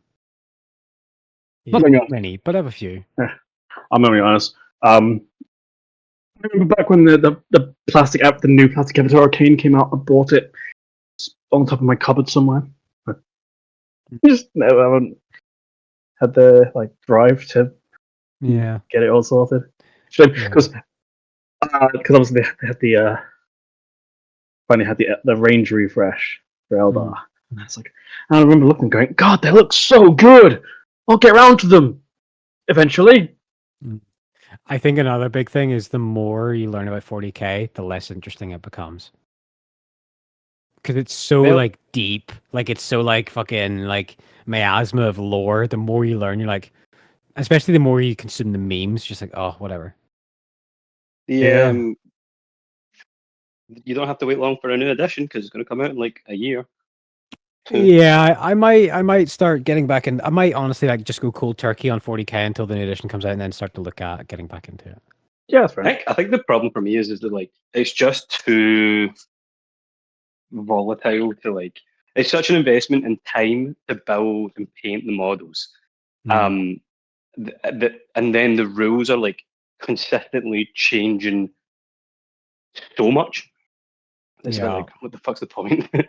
Yeah, I mean, when 10th of it, I was like, oh, devastating wounds, and then like how long do we play until your devastating wounds got changed, and then how long until this got changed, then custodians got changed, and he's like, oh my Yeah. fucking god. It is one of those things where it always sucks when you buy like a fucking £30 codex or something nowadays. Yeah. And then Oh, you really? go, Free. oh, I picked this up from the store, which is already out of date. Yeah. Literally, the Leagues of Votann Codex had. Yeah, I mean, this was 9. You The got, Leagues of yeah, they Votann got Codex they got even nerfed an before they even released exactly Yeah, that. so it's so and like not even just like nerf like balls Yeah, to the like, wall nerf like they everything they, changed. they kind of got a kneecapping. And it took them like fucking 3 years to fix it, so they're okay now. But How's the Yeah. Tau Codex right now? Tau is Who the hell Tau's a knows? reasonable faction. I think Tau is a liked faction, like by Tau players and other people don't mind fighting them. I think just for me, it's just another thing that you have to spend too much time keeping on top of. Like you're already putting the investment. The only upside is that once you've invested in the models and the painting and stuff like that, once they're done and you're happy with them, they're done, and then you don't really have to buy loads more and stuff like that. But Except the like, slight issue there is technically that's not even true. Look at the Stormcast. well, yeah, So I mean, I know we've released all these, and a lot of people have already bought them, but these are all gone from the game. I can't wait. I can't wait for 2038 when Primaris are phased out and we have the newest range of fucking Marines. Yes, looking at the- Secondaris Marines. I've got Shit. like I was going to build up a small Grey Knight force here because there's quite an active 40k community in Calgary. And like, what was it like a? There was like a. Oh yeah, it was the new Combat Patrol. Combat Patrol for the Grey Knights, which is dog shit. And it's literally just the boarding patrol, but with like a named character put in as well. And then all the comments under it were like, "Oh, these models are shit because they're not like Primaris models and stuff like that." And I was like, "Okay." It's just, like, I don't think it's a case of that. I don't think it has to be a case of they've got to be Primaris. It would be kind of nice to have them be updated beyond their initial, which I don't think they have been. Absolutely, I would love them to do the new models, but like it's just the like it's just so funny because like everybody's like, wow, they're squat marines, they look really bad, and you're like, they look not great, but they're not awful. The worst the comments, I'd much rather people were discussing the fact that they went from having like arguably the best combat patrol where you could buy 2 or 3 of them and essentially have a 2,000 point army to having what is literally like multi-buy useless because it has a I really hate. I think they've done it on a couple of other ones as well. They put like a named character in it, and you sit and go, "God, it is just the worst decision." Death Guard one is the worst for that with Typhus. Isn't the 1,000 one have Armin in or something now? It used to, I think it changed it. I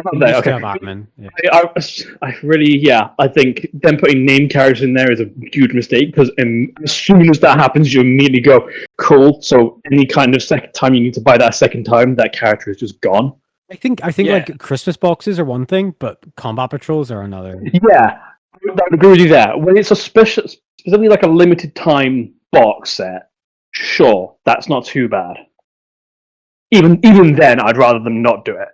But it's more understandable. But yeah, when it's like, oh, here's a start collecting box, you go, no, please. I kind of love the headcanon of this entire conversation we've had, like, as Torkel's still been waiting in line. Yes, so it's role playing our characters. Yeah. Okay. There's absolutely no argument whatsoever that Lyranok plays the legally distinct elf faction. All right. I found the game I was looking for. It's called Core, and I posted images of it in this chat, and the vehicles are so fucking funny, dude. All right, we good to start recording again? Play D&D? Yeah, I'll do a countdown whenever folks are ready. Cool. Yeah, go for it. 3, 2, 1. Perfect. So, we fade back in and see Torkel in the queue.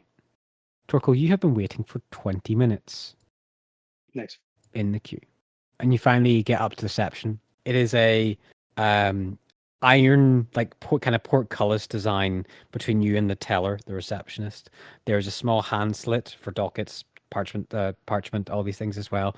And now that have been inside, all of you have been inside, all of the employees to the Mina establishment, the bodyguards, the receptionists, even the cleaners, all of them wear an identical mask of a gold-plated face of just a standard humanoid to maintain anonymity and to maintain the fact that,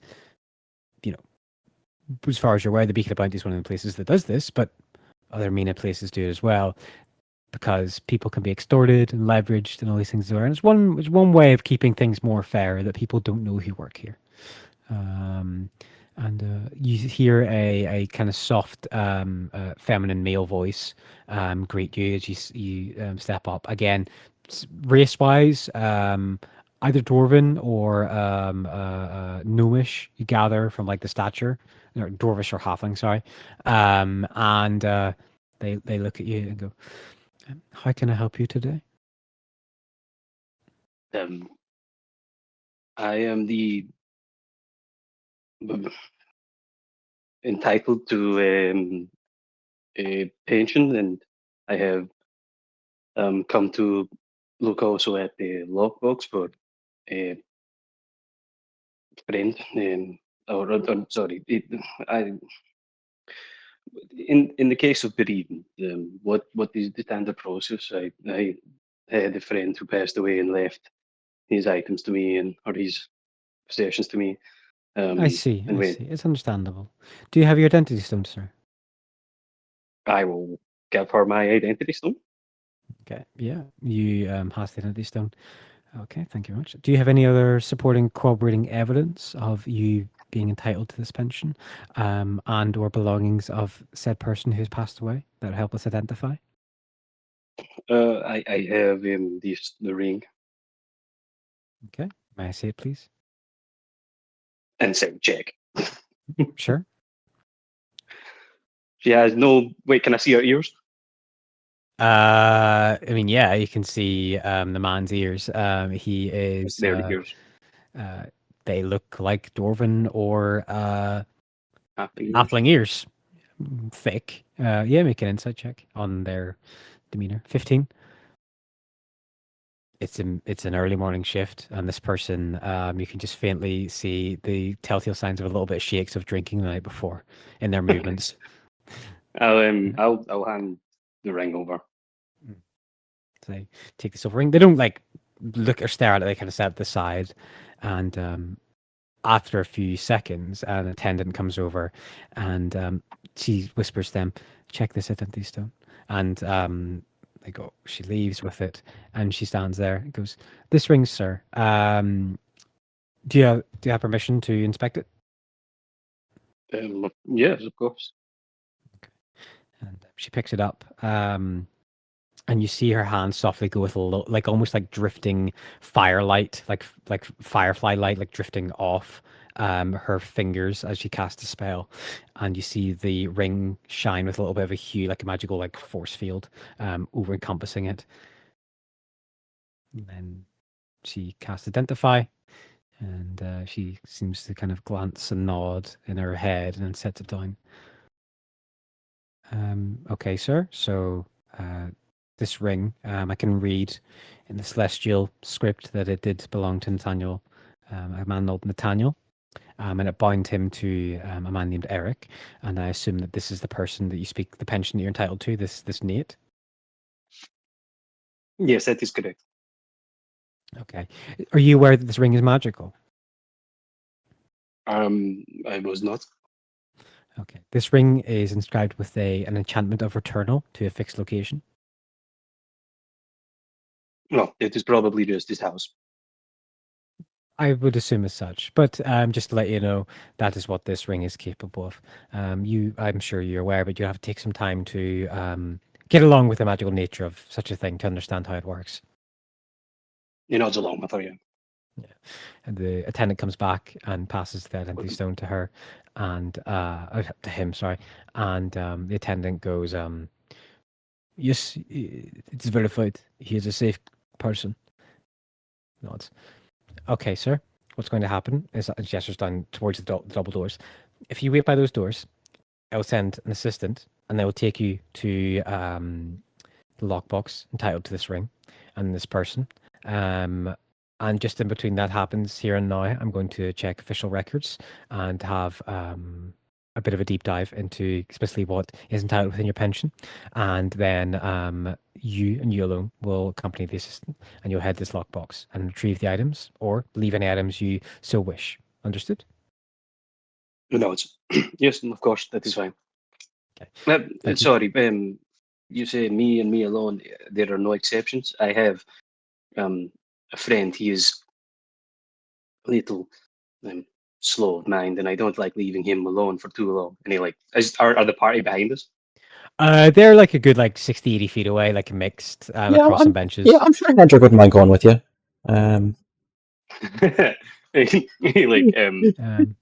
I don't think you can see him, but he's a rather tall, unsteady dragonborn, and it's just he can sometimes draw attention. I understand, sir. I understand.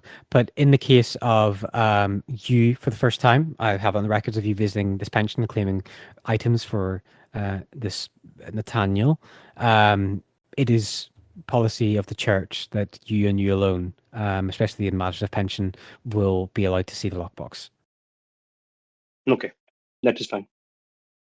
But after your first visit, you may then change those records. But it's just the first visit alone. This helps prevent any awkwardness should a person have a will that might be contested or difficult for other people to understand, or items that paraphernalia and difficult objects to explain. It kind of just leaves it a bit more understood. I'm not accusing your past friend of anything, but it is just church policy. And this assistant, there are also armed guards down the stairs as well. I can see that you're armed. Any attempt to make any great assault and theft will be met with the strongest arms of the law with the brass shields. Just so you understand. I understand. Thank you very much. Okay, go ahead, sir, and leave the queue and go and wait by those doors. And I'll have an assistant come with you in the next few minutes. Yep. Hendrik. Torko just follows the instructions. Okay. You all watch Torko stand up next to the door. You wait another 5 or so minutes, Torko, until an aspirant, like a small, lesser Mina acolyte, comes over with their face still masked and gestures for you to follow them just with a hand gesture and goes towards the double doors. And they're quite big, heavy double doors. As she walks towards them, she makes a hand gesture and one of the doors slightly creaks open, about 10 feet width. And she gestures for you to come inside. These doors would probably be a good 35 feet wide if they're full all the way open. And you can see candlelight and torchlight inside of the hallway. Yep. I'll just try and follow along as best I can, but keeping an eye out in case there's anything. It's quite a small. Even yeah. He'll say to the attendant, "Don't walk as well as I used to. It. How long does it take to get down to the confined area?" Looks at you. No time at all, sir. Just wait on this dais. And you are on a half crescent moon dais, and there's just a sheer black drop before you, and there's a width of around 50 feet across to another stone wall. I'm going to use my stone cunning, assuming that the majority of the walkway is stone and stuff like that. Yeah. To provide myself with tremor sense within 60 feet for 10 minutes. Oh, that tunnel goes down deep, baby. Farther than your dark vision, farther than your tremor sense. Yeah, that's fine. And it's just this oval kind of half crescent, filled in again on the opposite side.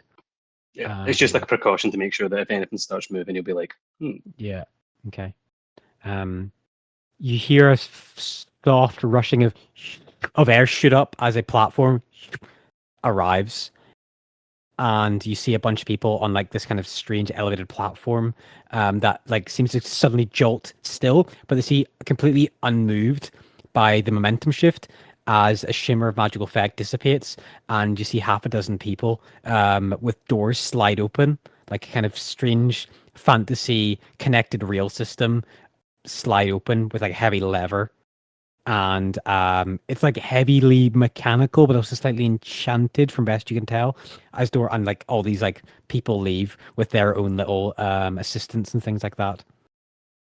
And the aspirant gestures you to step on the elevator, and there's a guard there. There's actually 4 guards in this like little strange travel oval dais, which has like a walls and a roof.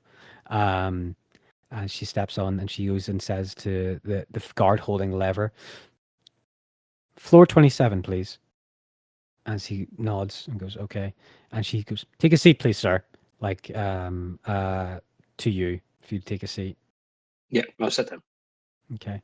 The guard then chink, grabs the nozzle and like twists the strange the strange crank as you do not feel any stomach shift as you would expect from the fast rapid descent as you drop like very quickly down, and then you're shot forward at high speed, left, right, and it's this incorrect like ching ching ching ching noise of like shifting, and you realize it's not metal. You're like, it's like liquid stone, like shifting and moving through stone tunnels, and like there's barely any friction happening, but there's like the soft magical shimmer, almost like a WD-40 encasing, a magical WD-40 encasing the entire structure that you're in, like running through the tunnel as you come to a rapid descent, as there is a doorway opposite the doors to the strange cart thing that you're in,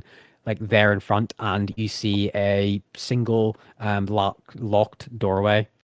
Got anyone surprised there? A locked doorway in front of you as the doors open up, and the attending steps out as she looks at the door and studies it, and then gestures for you to come forward and that kind of points towards your. I think your ring, sir, is the combination unlocker. Yeah. He looks at him as did I just hold it up, or is there? Walk towards the door and it will activate. I stay out here. I don't go inside with you. Yeah. Okay. He'll approach the door. Then he has the ring on his finger now. Yeah. Okay. You hear soft like hiss of like some type of like spell like being dissipated on the door, almost like a glass gasp.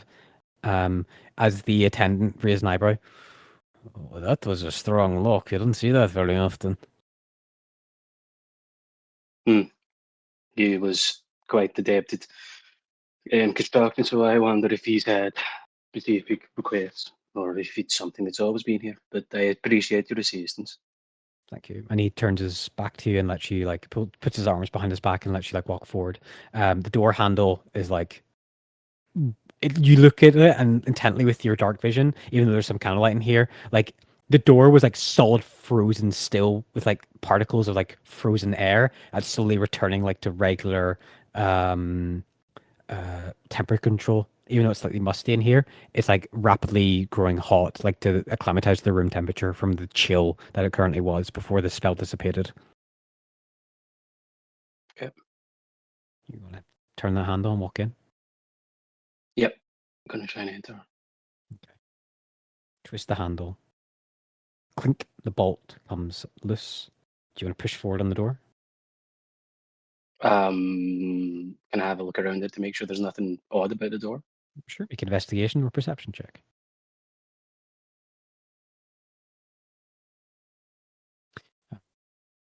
That's an inside check. The door is very afraid of you. Just kidding. Perception check. You think the door has an eye and you realize it's just a really knotty part of wood. Oh, okay. Yeah, I'll just push on the door. Okay. You push onto the door as you come to a much smaller chamber than you think. It's ovalish, upright ovalish, 8 feet in length, 6 feet tall, clearly made for a dwarf, and about another 8 feet wide. 7 feet wide, ovalish shaped. And there is just a simple small stone dais against the back wall, and your dark vision adjusts as 2 candles light up in response to the door opening, and react to your movement. As you see that there is a small little letter on the dais, and there is a really, really bundled up, thick parchment of scroll as well. Okay, yeah, I'll take a look around the room just to. Yeah. You do see sure a good handful of like gold and silver and platinum coins in some of the small little pockets in and around that you didn't really see at first glance. There's small little alcoves, but there's some riches in here as well. Okay. Yeah. I'll go for the letter part. Okay.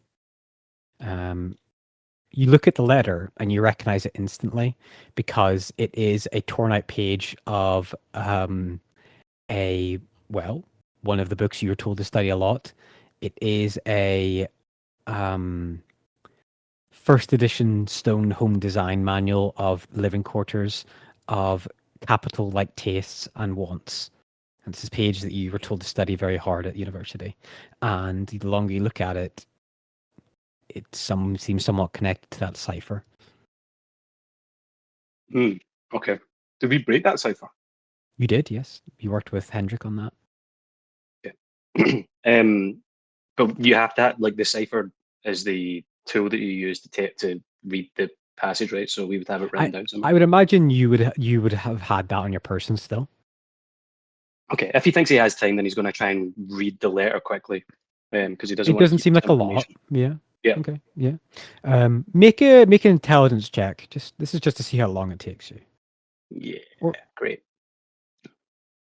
Check. 13. Okay. Mm-hmm. Without Hendrik there, it takes a little bit of time, and you're not sure of how much time passes. Not an uncomfortable amount of time, but certainly one that is like, oh God, I wish Hendrik were here to help with this.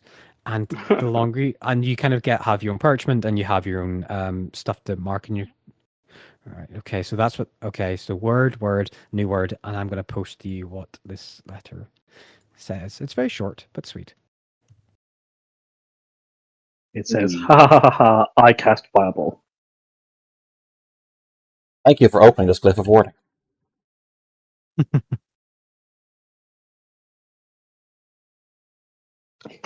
I cast Teleport. Oh. I'm not There's been a ruse. It teleports you to the city of. It teleports you back to the City of Bones. It says, I am the six-fingered man. Ha ha ha. You're mine now. Yeah, okay. Okay. It doesn't mention anything about that. I'll take the scroll. Yeah, do you want to read it? Yeah, I'll have a look at it, yeah. Okay. It is a scroll, it is a deed of ownership for Silt Slice Castillo.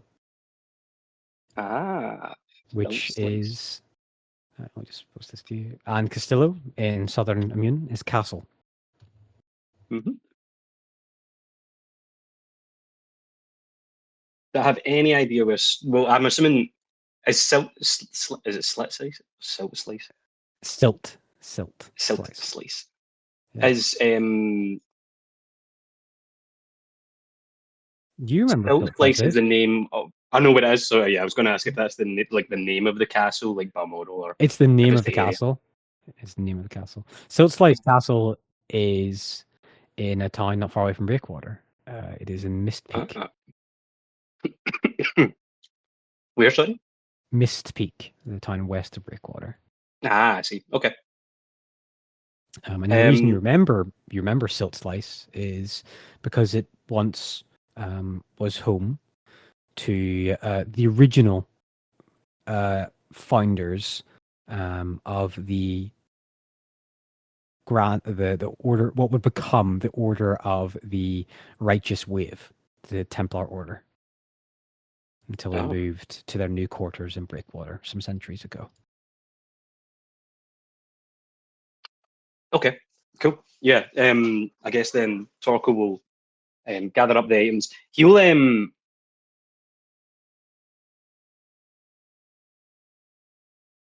needs the deed, but he doesn't need the letter. So he'll like sacred flame the letter.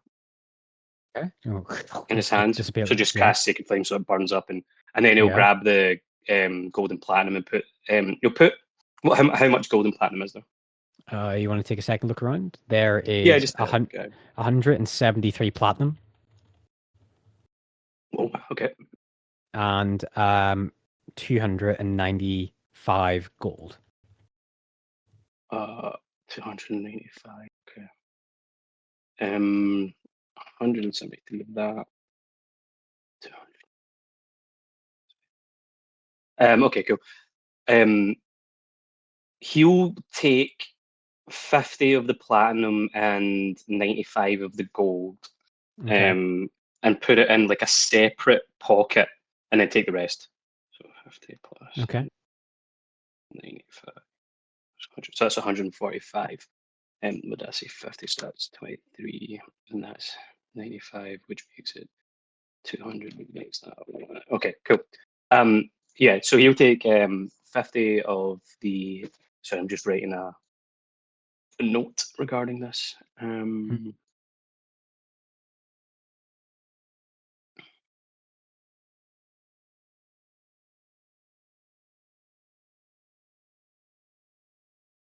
Okay. You took a note. Yeah, and he will. He'll leave. He'll get on his horse and get ready to leave. Okay. You walk out. The assistant. You get back on that strange elevator. Sliding through the greased up magical tunnels. You guys Yeah. wait for Torkel. He's gone 17, 18 minutes, roughly, maybe 20 minutes. The door opens up. Torkel has returned to the main, large, open, pretty airy, breezy main floor as he starts to walk over towards the party. When I get there, I'll say, we should probably leave just to make sure that we are safe. But I have a feeling that the place we need to go is directly accessible via this ring. However, I do not know how that interacts with our plans to get the ship. Well, But anyway, I don't like standing near here. Let's. And he's going to look around to try and Okay. make sure there's nobody Yeah, make a perception check. making their way through the crowd towards us. Make him away. Okay. 21. 21 with a 21 perception check. Another boring day at the bank. No, Nice, it's too nice. interesting.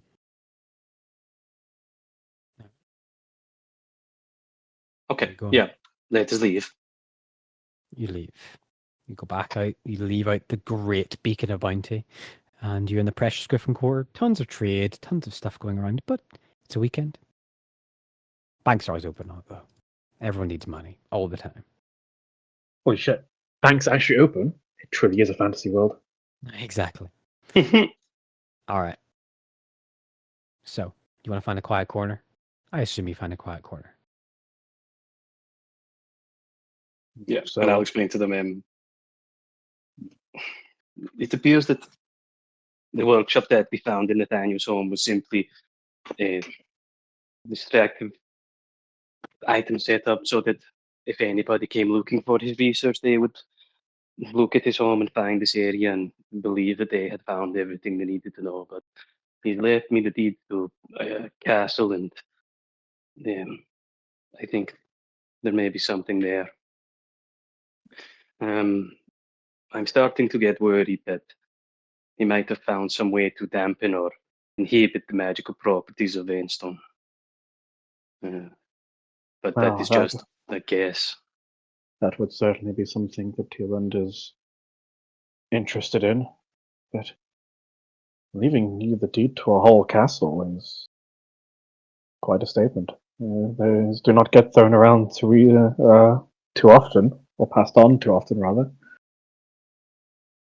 I think that when you are such close friends with someone who has no kin or nobody to leave the things to, or at least the person they would have left it to has left them. Yes. I simply did not expect Nathaniel to be in possession of one in the first place. The castles tend to follow their kin quite closely. It's not too often that a non-importer, like a non. I'm assuming like it's relatively rare for a castle to be owned by someone that's A, not like military, B, not a noble family or anything like that. Yeah, definitely. I mean, you could make a history check about Silt Slice if you want. I'll try. Yeah, I wouldn't know this. It sounds like.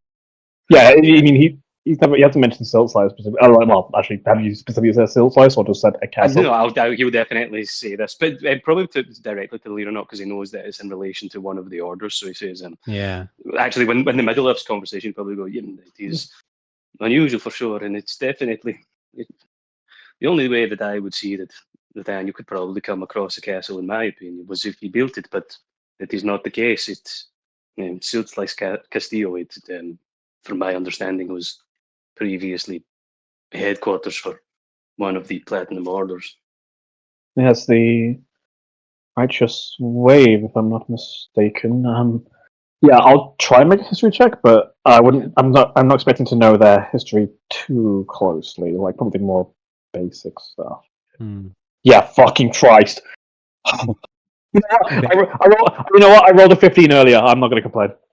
Could Torko make a history check, but only based off of the idea that if there were any unusual architectural items or things in relation to Silt Slice Castle, he might have came across it. Mm-hmm. But just on that basis. Can I roll history as well? Would that be Yes, something I might even know? Yeah. Okay. 24. Holy shit! Okay, I've been there. 20. So slightly different. I So, my glove there. all right. Okay. So interesting. Torkel, Silt Slice is specifically important to architecture wise because it's built in such a way it's basically hanging off a cliff in Mistpeak, which is the most storm trodden part of the entire Concord lands. It is nearly always where the Great Everstorm first lands. And because of that, the castle has stood for hundreds of years, and it is, some believe, unbreakable by even the Everstorm itself. It is, the one of the renowned, despite it's not great size, it is definitely probably fallen into disrepair. Best you could, since the Grand Order isn't looking after it anymore. One of the 7 Silver Templar Orders isn't looking after it anymore. But you don't know what. If Nate, you're like wondering, like, did Nate own it or did Nate just have the deed to it? You're like, how is that going to work? You're not really sure. Okay. Hendrik, for a natural 20, you know of a really poignant historical event that happened at Silt Slice. Because you were alive when it happened. You remember it like being pretty big news when it happened. A couple centuries ago, when you were but a young man. A offshoot of the Talos faith decried that the Righteous Wave laid host to a castle that could host the host the place that people could be safe from the Everstorm. And this splinter faith of Talos was so upset that there dare be a people that could not be affected by Talos, that they took it upon themselves to make those people feel the wrath of Talos. And so it goes that a priesthood, a much unknown, a believed to be small sect, but details are fuzzy, a coalition of Talos faithful entered that castle and massacred dozens and dozens and dozens of consecrated knights and hundreds of peasants, of attendings and general people who lived in the castle. What the fuck? In a night. And it was said to have been cursed since those days. But there has been many, many exorcisms within that castle. Some say it has been purified completely, while others seem doubtful. It is a place the locals avoid. They do not like to look at it. They do not like to draw attention to it. And it was the place where the current Hierophant of Talos, gained her infamy as survivor because she was the sole survivor of the massacre. And that is where she got her title as the survivor. Okay, Marina so herself. Sorry, hold on. Yeah, hold on. Talos. Talos is massacring people? A offshoot of his religion was so upset that there dare be a castle, a people, a place where the Everstorm, his literal, his embodiment of force in the material plane, that they could be safe from it, that they deemed that was unholy and blasphemous, that they couldn't be affected by it. So they went in and killed everybody in there except for because one one of their tenants things is like hiding from the storm, hiding from the natural lighting of that is, no, I guess not necessarily heresy, but that kind of thing where it's antithetical to them. Yeah. I mean, that still seems like a fairly extreme response. These people are safe. Are they now? What a bunch We'll of psychos. change them. Oh yeah. And Was there not a? Oh, sorry. I mean, are you going to say this out loud or? I mean, Maureen was called the survivor because she survived, and she brought to justice every single person that was responsible for that night, or so many believe. Okay. So it all evens out. So hang on. Was there not? I can't recall the name. Wasn't there Maureen a the survivor. No. Thundered. Sorry. There was a sect of Talos that's supposed to be denounced effectively, wasn't there? Yeah, the Archzealot said that the current high priest within Breakwater has to publicly denounce the disciples of the Destroyer. I don't suppose there's a connection between those two, is there? You don't know. You don't know now. No, I certainly fucking don't want it too, check up too. But okay. Yeah. So I want to point with out, did we just inherit it? Did we just inherit a haunted mansion? Yeah. Luigi. not a Agree, mansion, right. not a mansion, a castle. Oh, good, even better. We I've heard need 2 vacuum cleaners. Yeah, The upkeep's gonna be it's a insane. great joke. All right. With this pretty heavy load of information and kind of like Hendrik, you're like, this is like someone inheriting the house where the Romanov dynasty was assassinated. Like that's the kind of historical context of like, like This is not a good place. this is not a good place to be, like to own. You got a big mansion, like yeah, but like I don't know, fucking someone really, an entire family's murdered in it, an entire an entire generation of the Order of the Righteous Wave was massacred inside of it. We have just inherited Jack the Ripper's house. And yeah, and with that, I think we're gonna go ahead and end the session there. You guys can have a think. Yeah, sure thing. Yeah. Yeah. Let's do pie. I don't know if you got all that story, but basically we inherited like a terrible murder castle. I heard the vacuum joke. That was tops. That was a great joke. That was a great joke. That was really Where's it good. located? And you guys are on your way to getting your bastion. Yeah.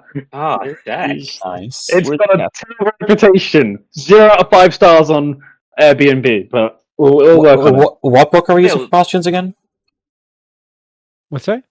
What book are we using for Bastions? Like if you wanted to read Bastion up on it? Inventions Bastard Guide 2024. Where's the castle located? West Peak. It's just Southeast. just west, Southwest. Yeah, sorry. just west of Um, Breakwater. There is. You can take a ship to it. It's on a massive cliff, but To be perfectly honest, it might a little bit fast, or just as fast to just go over there by land because it's a lot more straight line than boat. buddy, we don't need to go by land. We can go by Incorporeal teleportation. This is where it only teleports to like the bearer of the ring. And Yeah, the that others. would suck. I'm definitely going to tune to it so that I can tell if it can take me. How that works. I want to do some research It'd be before I do really- a thing. Really funny if I just shout, Orly, no, don't touch that toilet, and then I disappear. God damn it, bro. God damn it. He's never letting go of that, is he? I don't think anyone is, Memories. but I mean, it's I don't think- noted down for the Bahamut archives hang for on. everyone in the future. I don't think that Hendrik gets any tier piety. I think that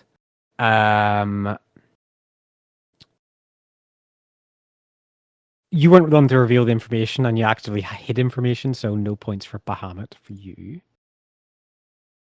For Kinos, you have destroyed something that outlived its usefulness, but you don't know what it is, so you gain a point of piety. Oh, nice. I think that's me on like 11. Nice. So you're in your level 10 ability, Steel of the Metal Eater. You can cast Flame Blade.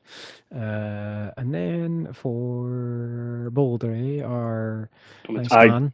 Don't think there was enough of significance, really. No. Like, I mean, there was there was like helping Eric out a little bit, but no, I would not call that enough. No. Excellent. Well, there we go. DM, do we level? No. Does the exposition heavy? Oh yeah, I section- I forgot. I need to choose my piety thing, whether it's insight or investigation. Oh, yeah. Nice. I gotta go. Yeah. Take Yeah, ours. I'm going to bed as well. Right. Nice. GG's, thanks for the session. Yes. Thank you Yeah, for the session. thank you. Thank you. I hope everything was fine with the fire and all that. Yeah, I'm going back tomorrow, so. Oh, shit, you are? Okay. Be Oh, careful, Chief. yeah. Oh, I Fucking do, stay yeah. safe, like please. Yeah, I'll keep us updated. yeah, I'll chat to you guys later. So yeah, Yep, See you later. later. See ya. All right. See everybody later. Bye-bye. Bye. Adios. I'll see you all later. Bye. See ya.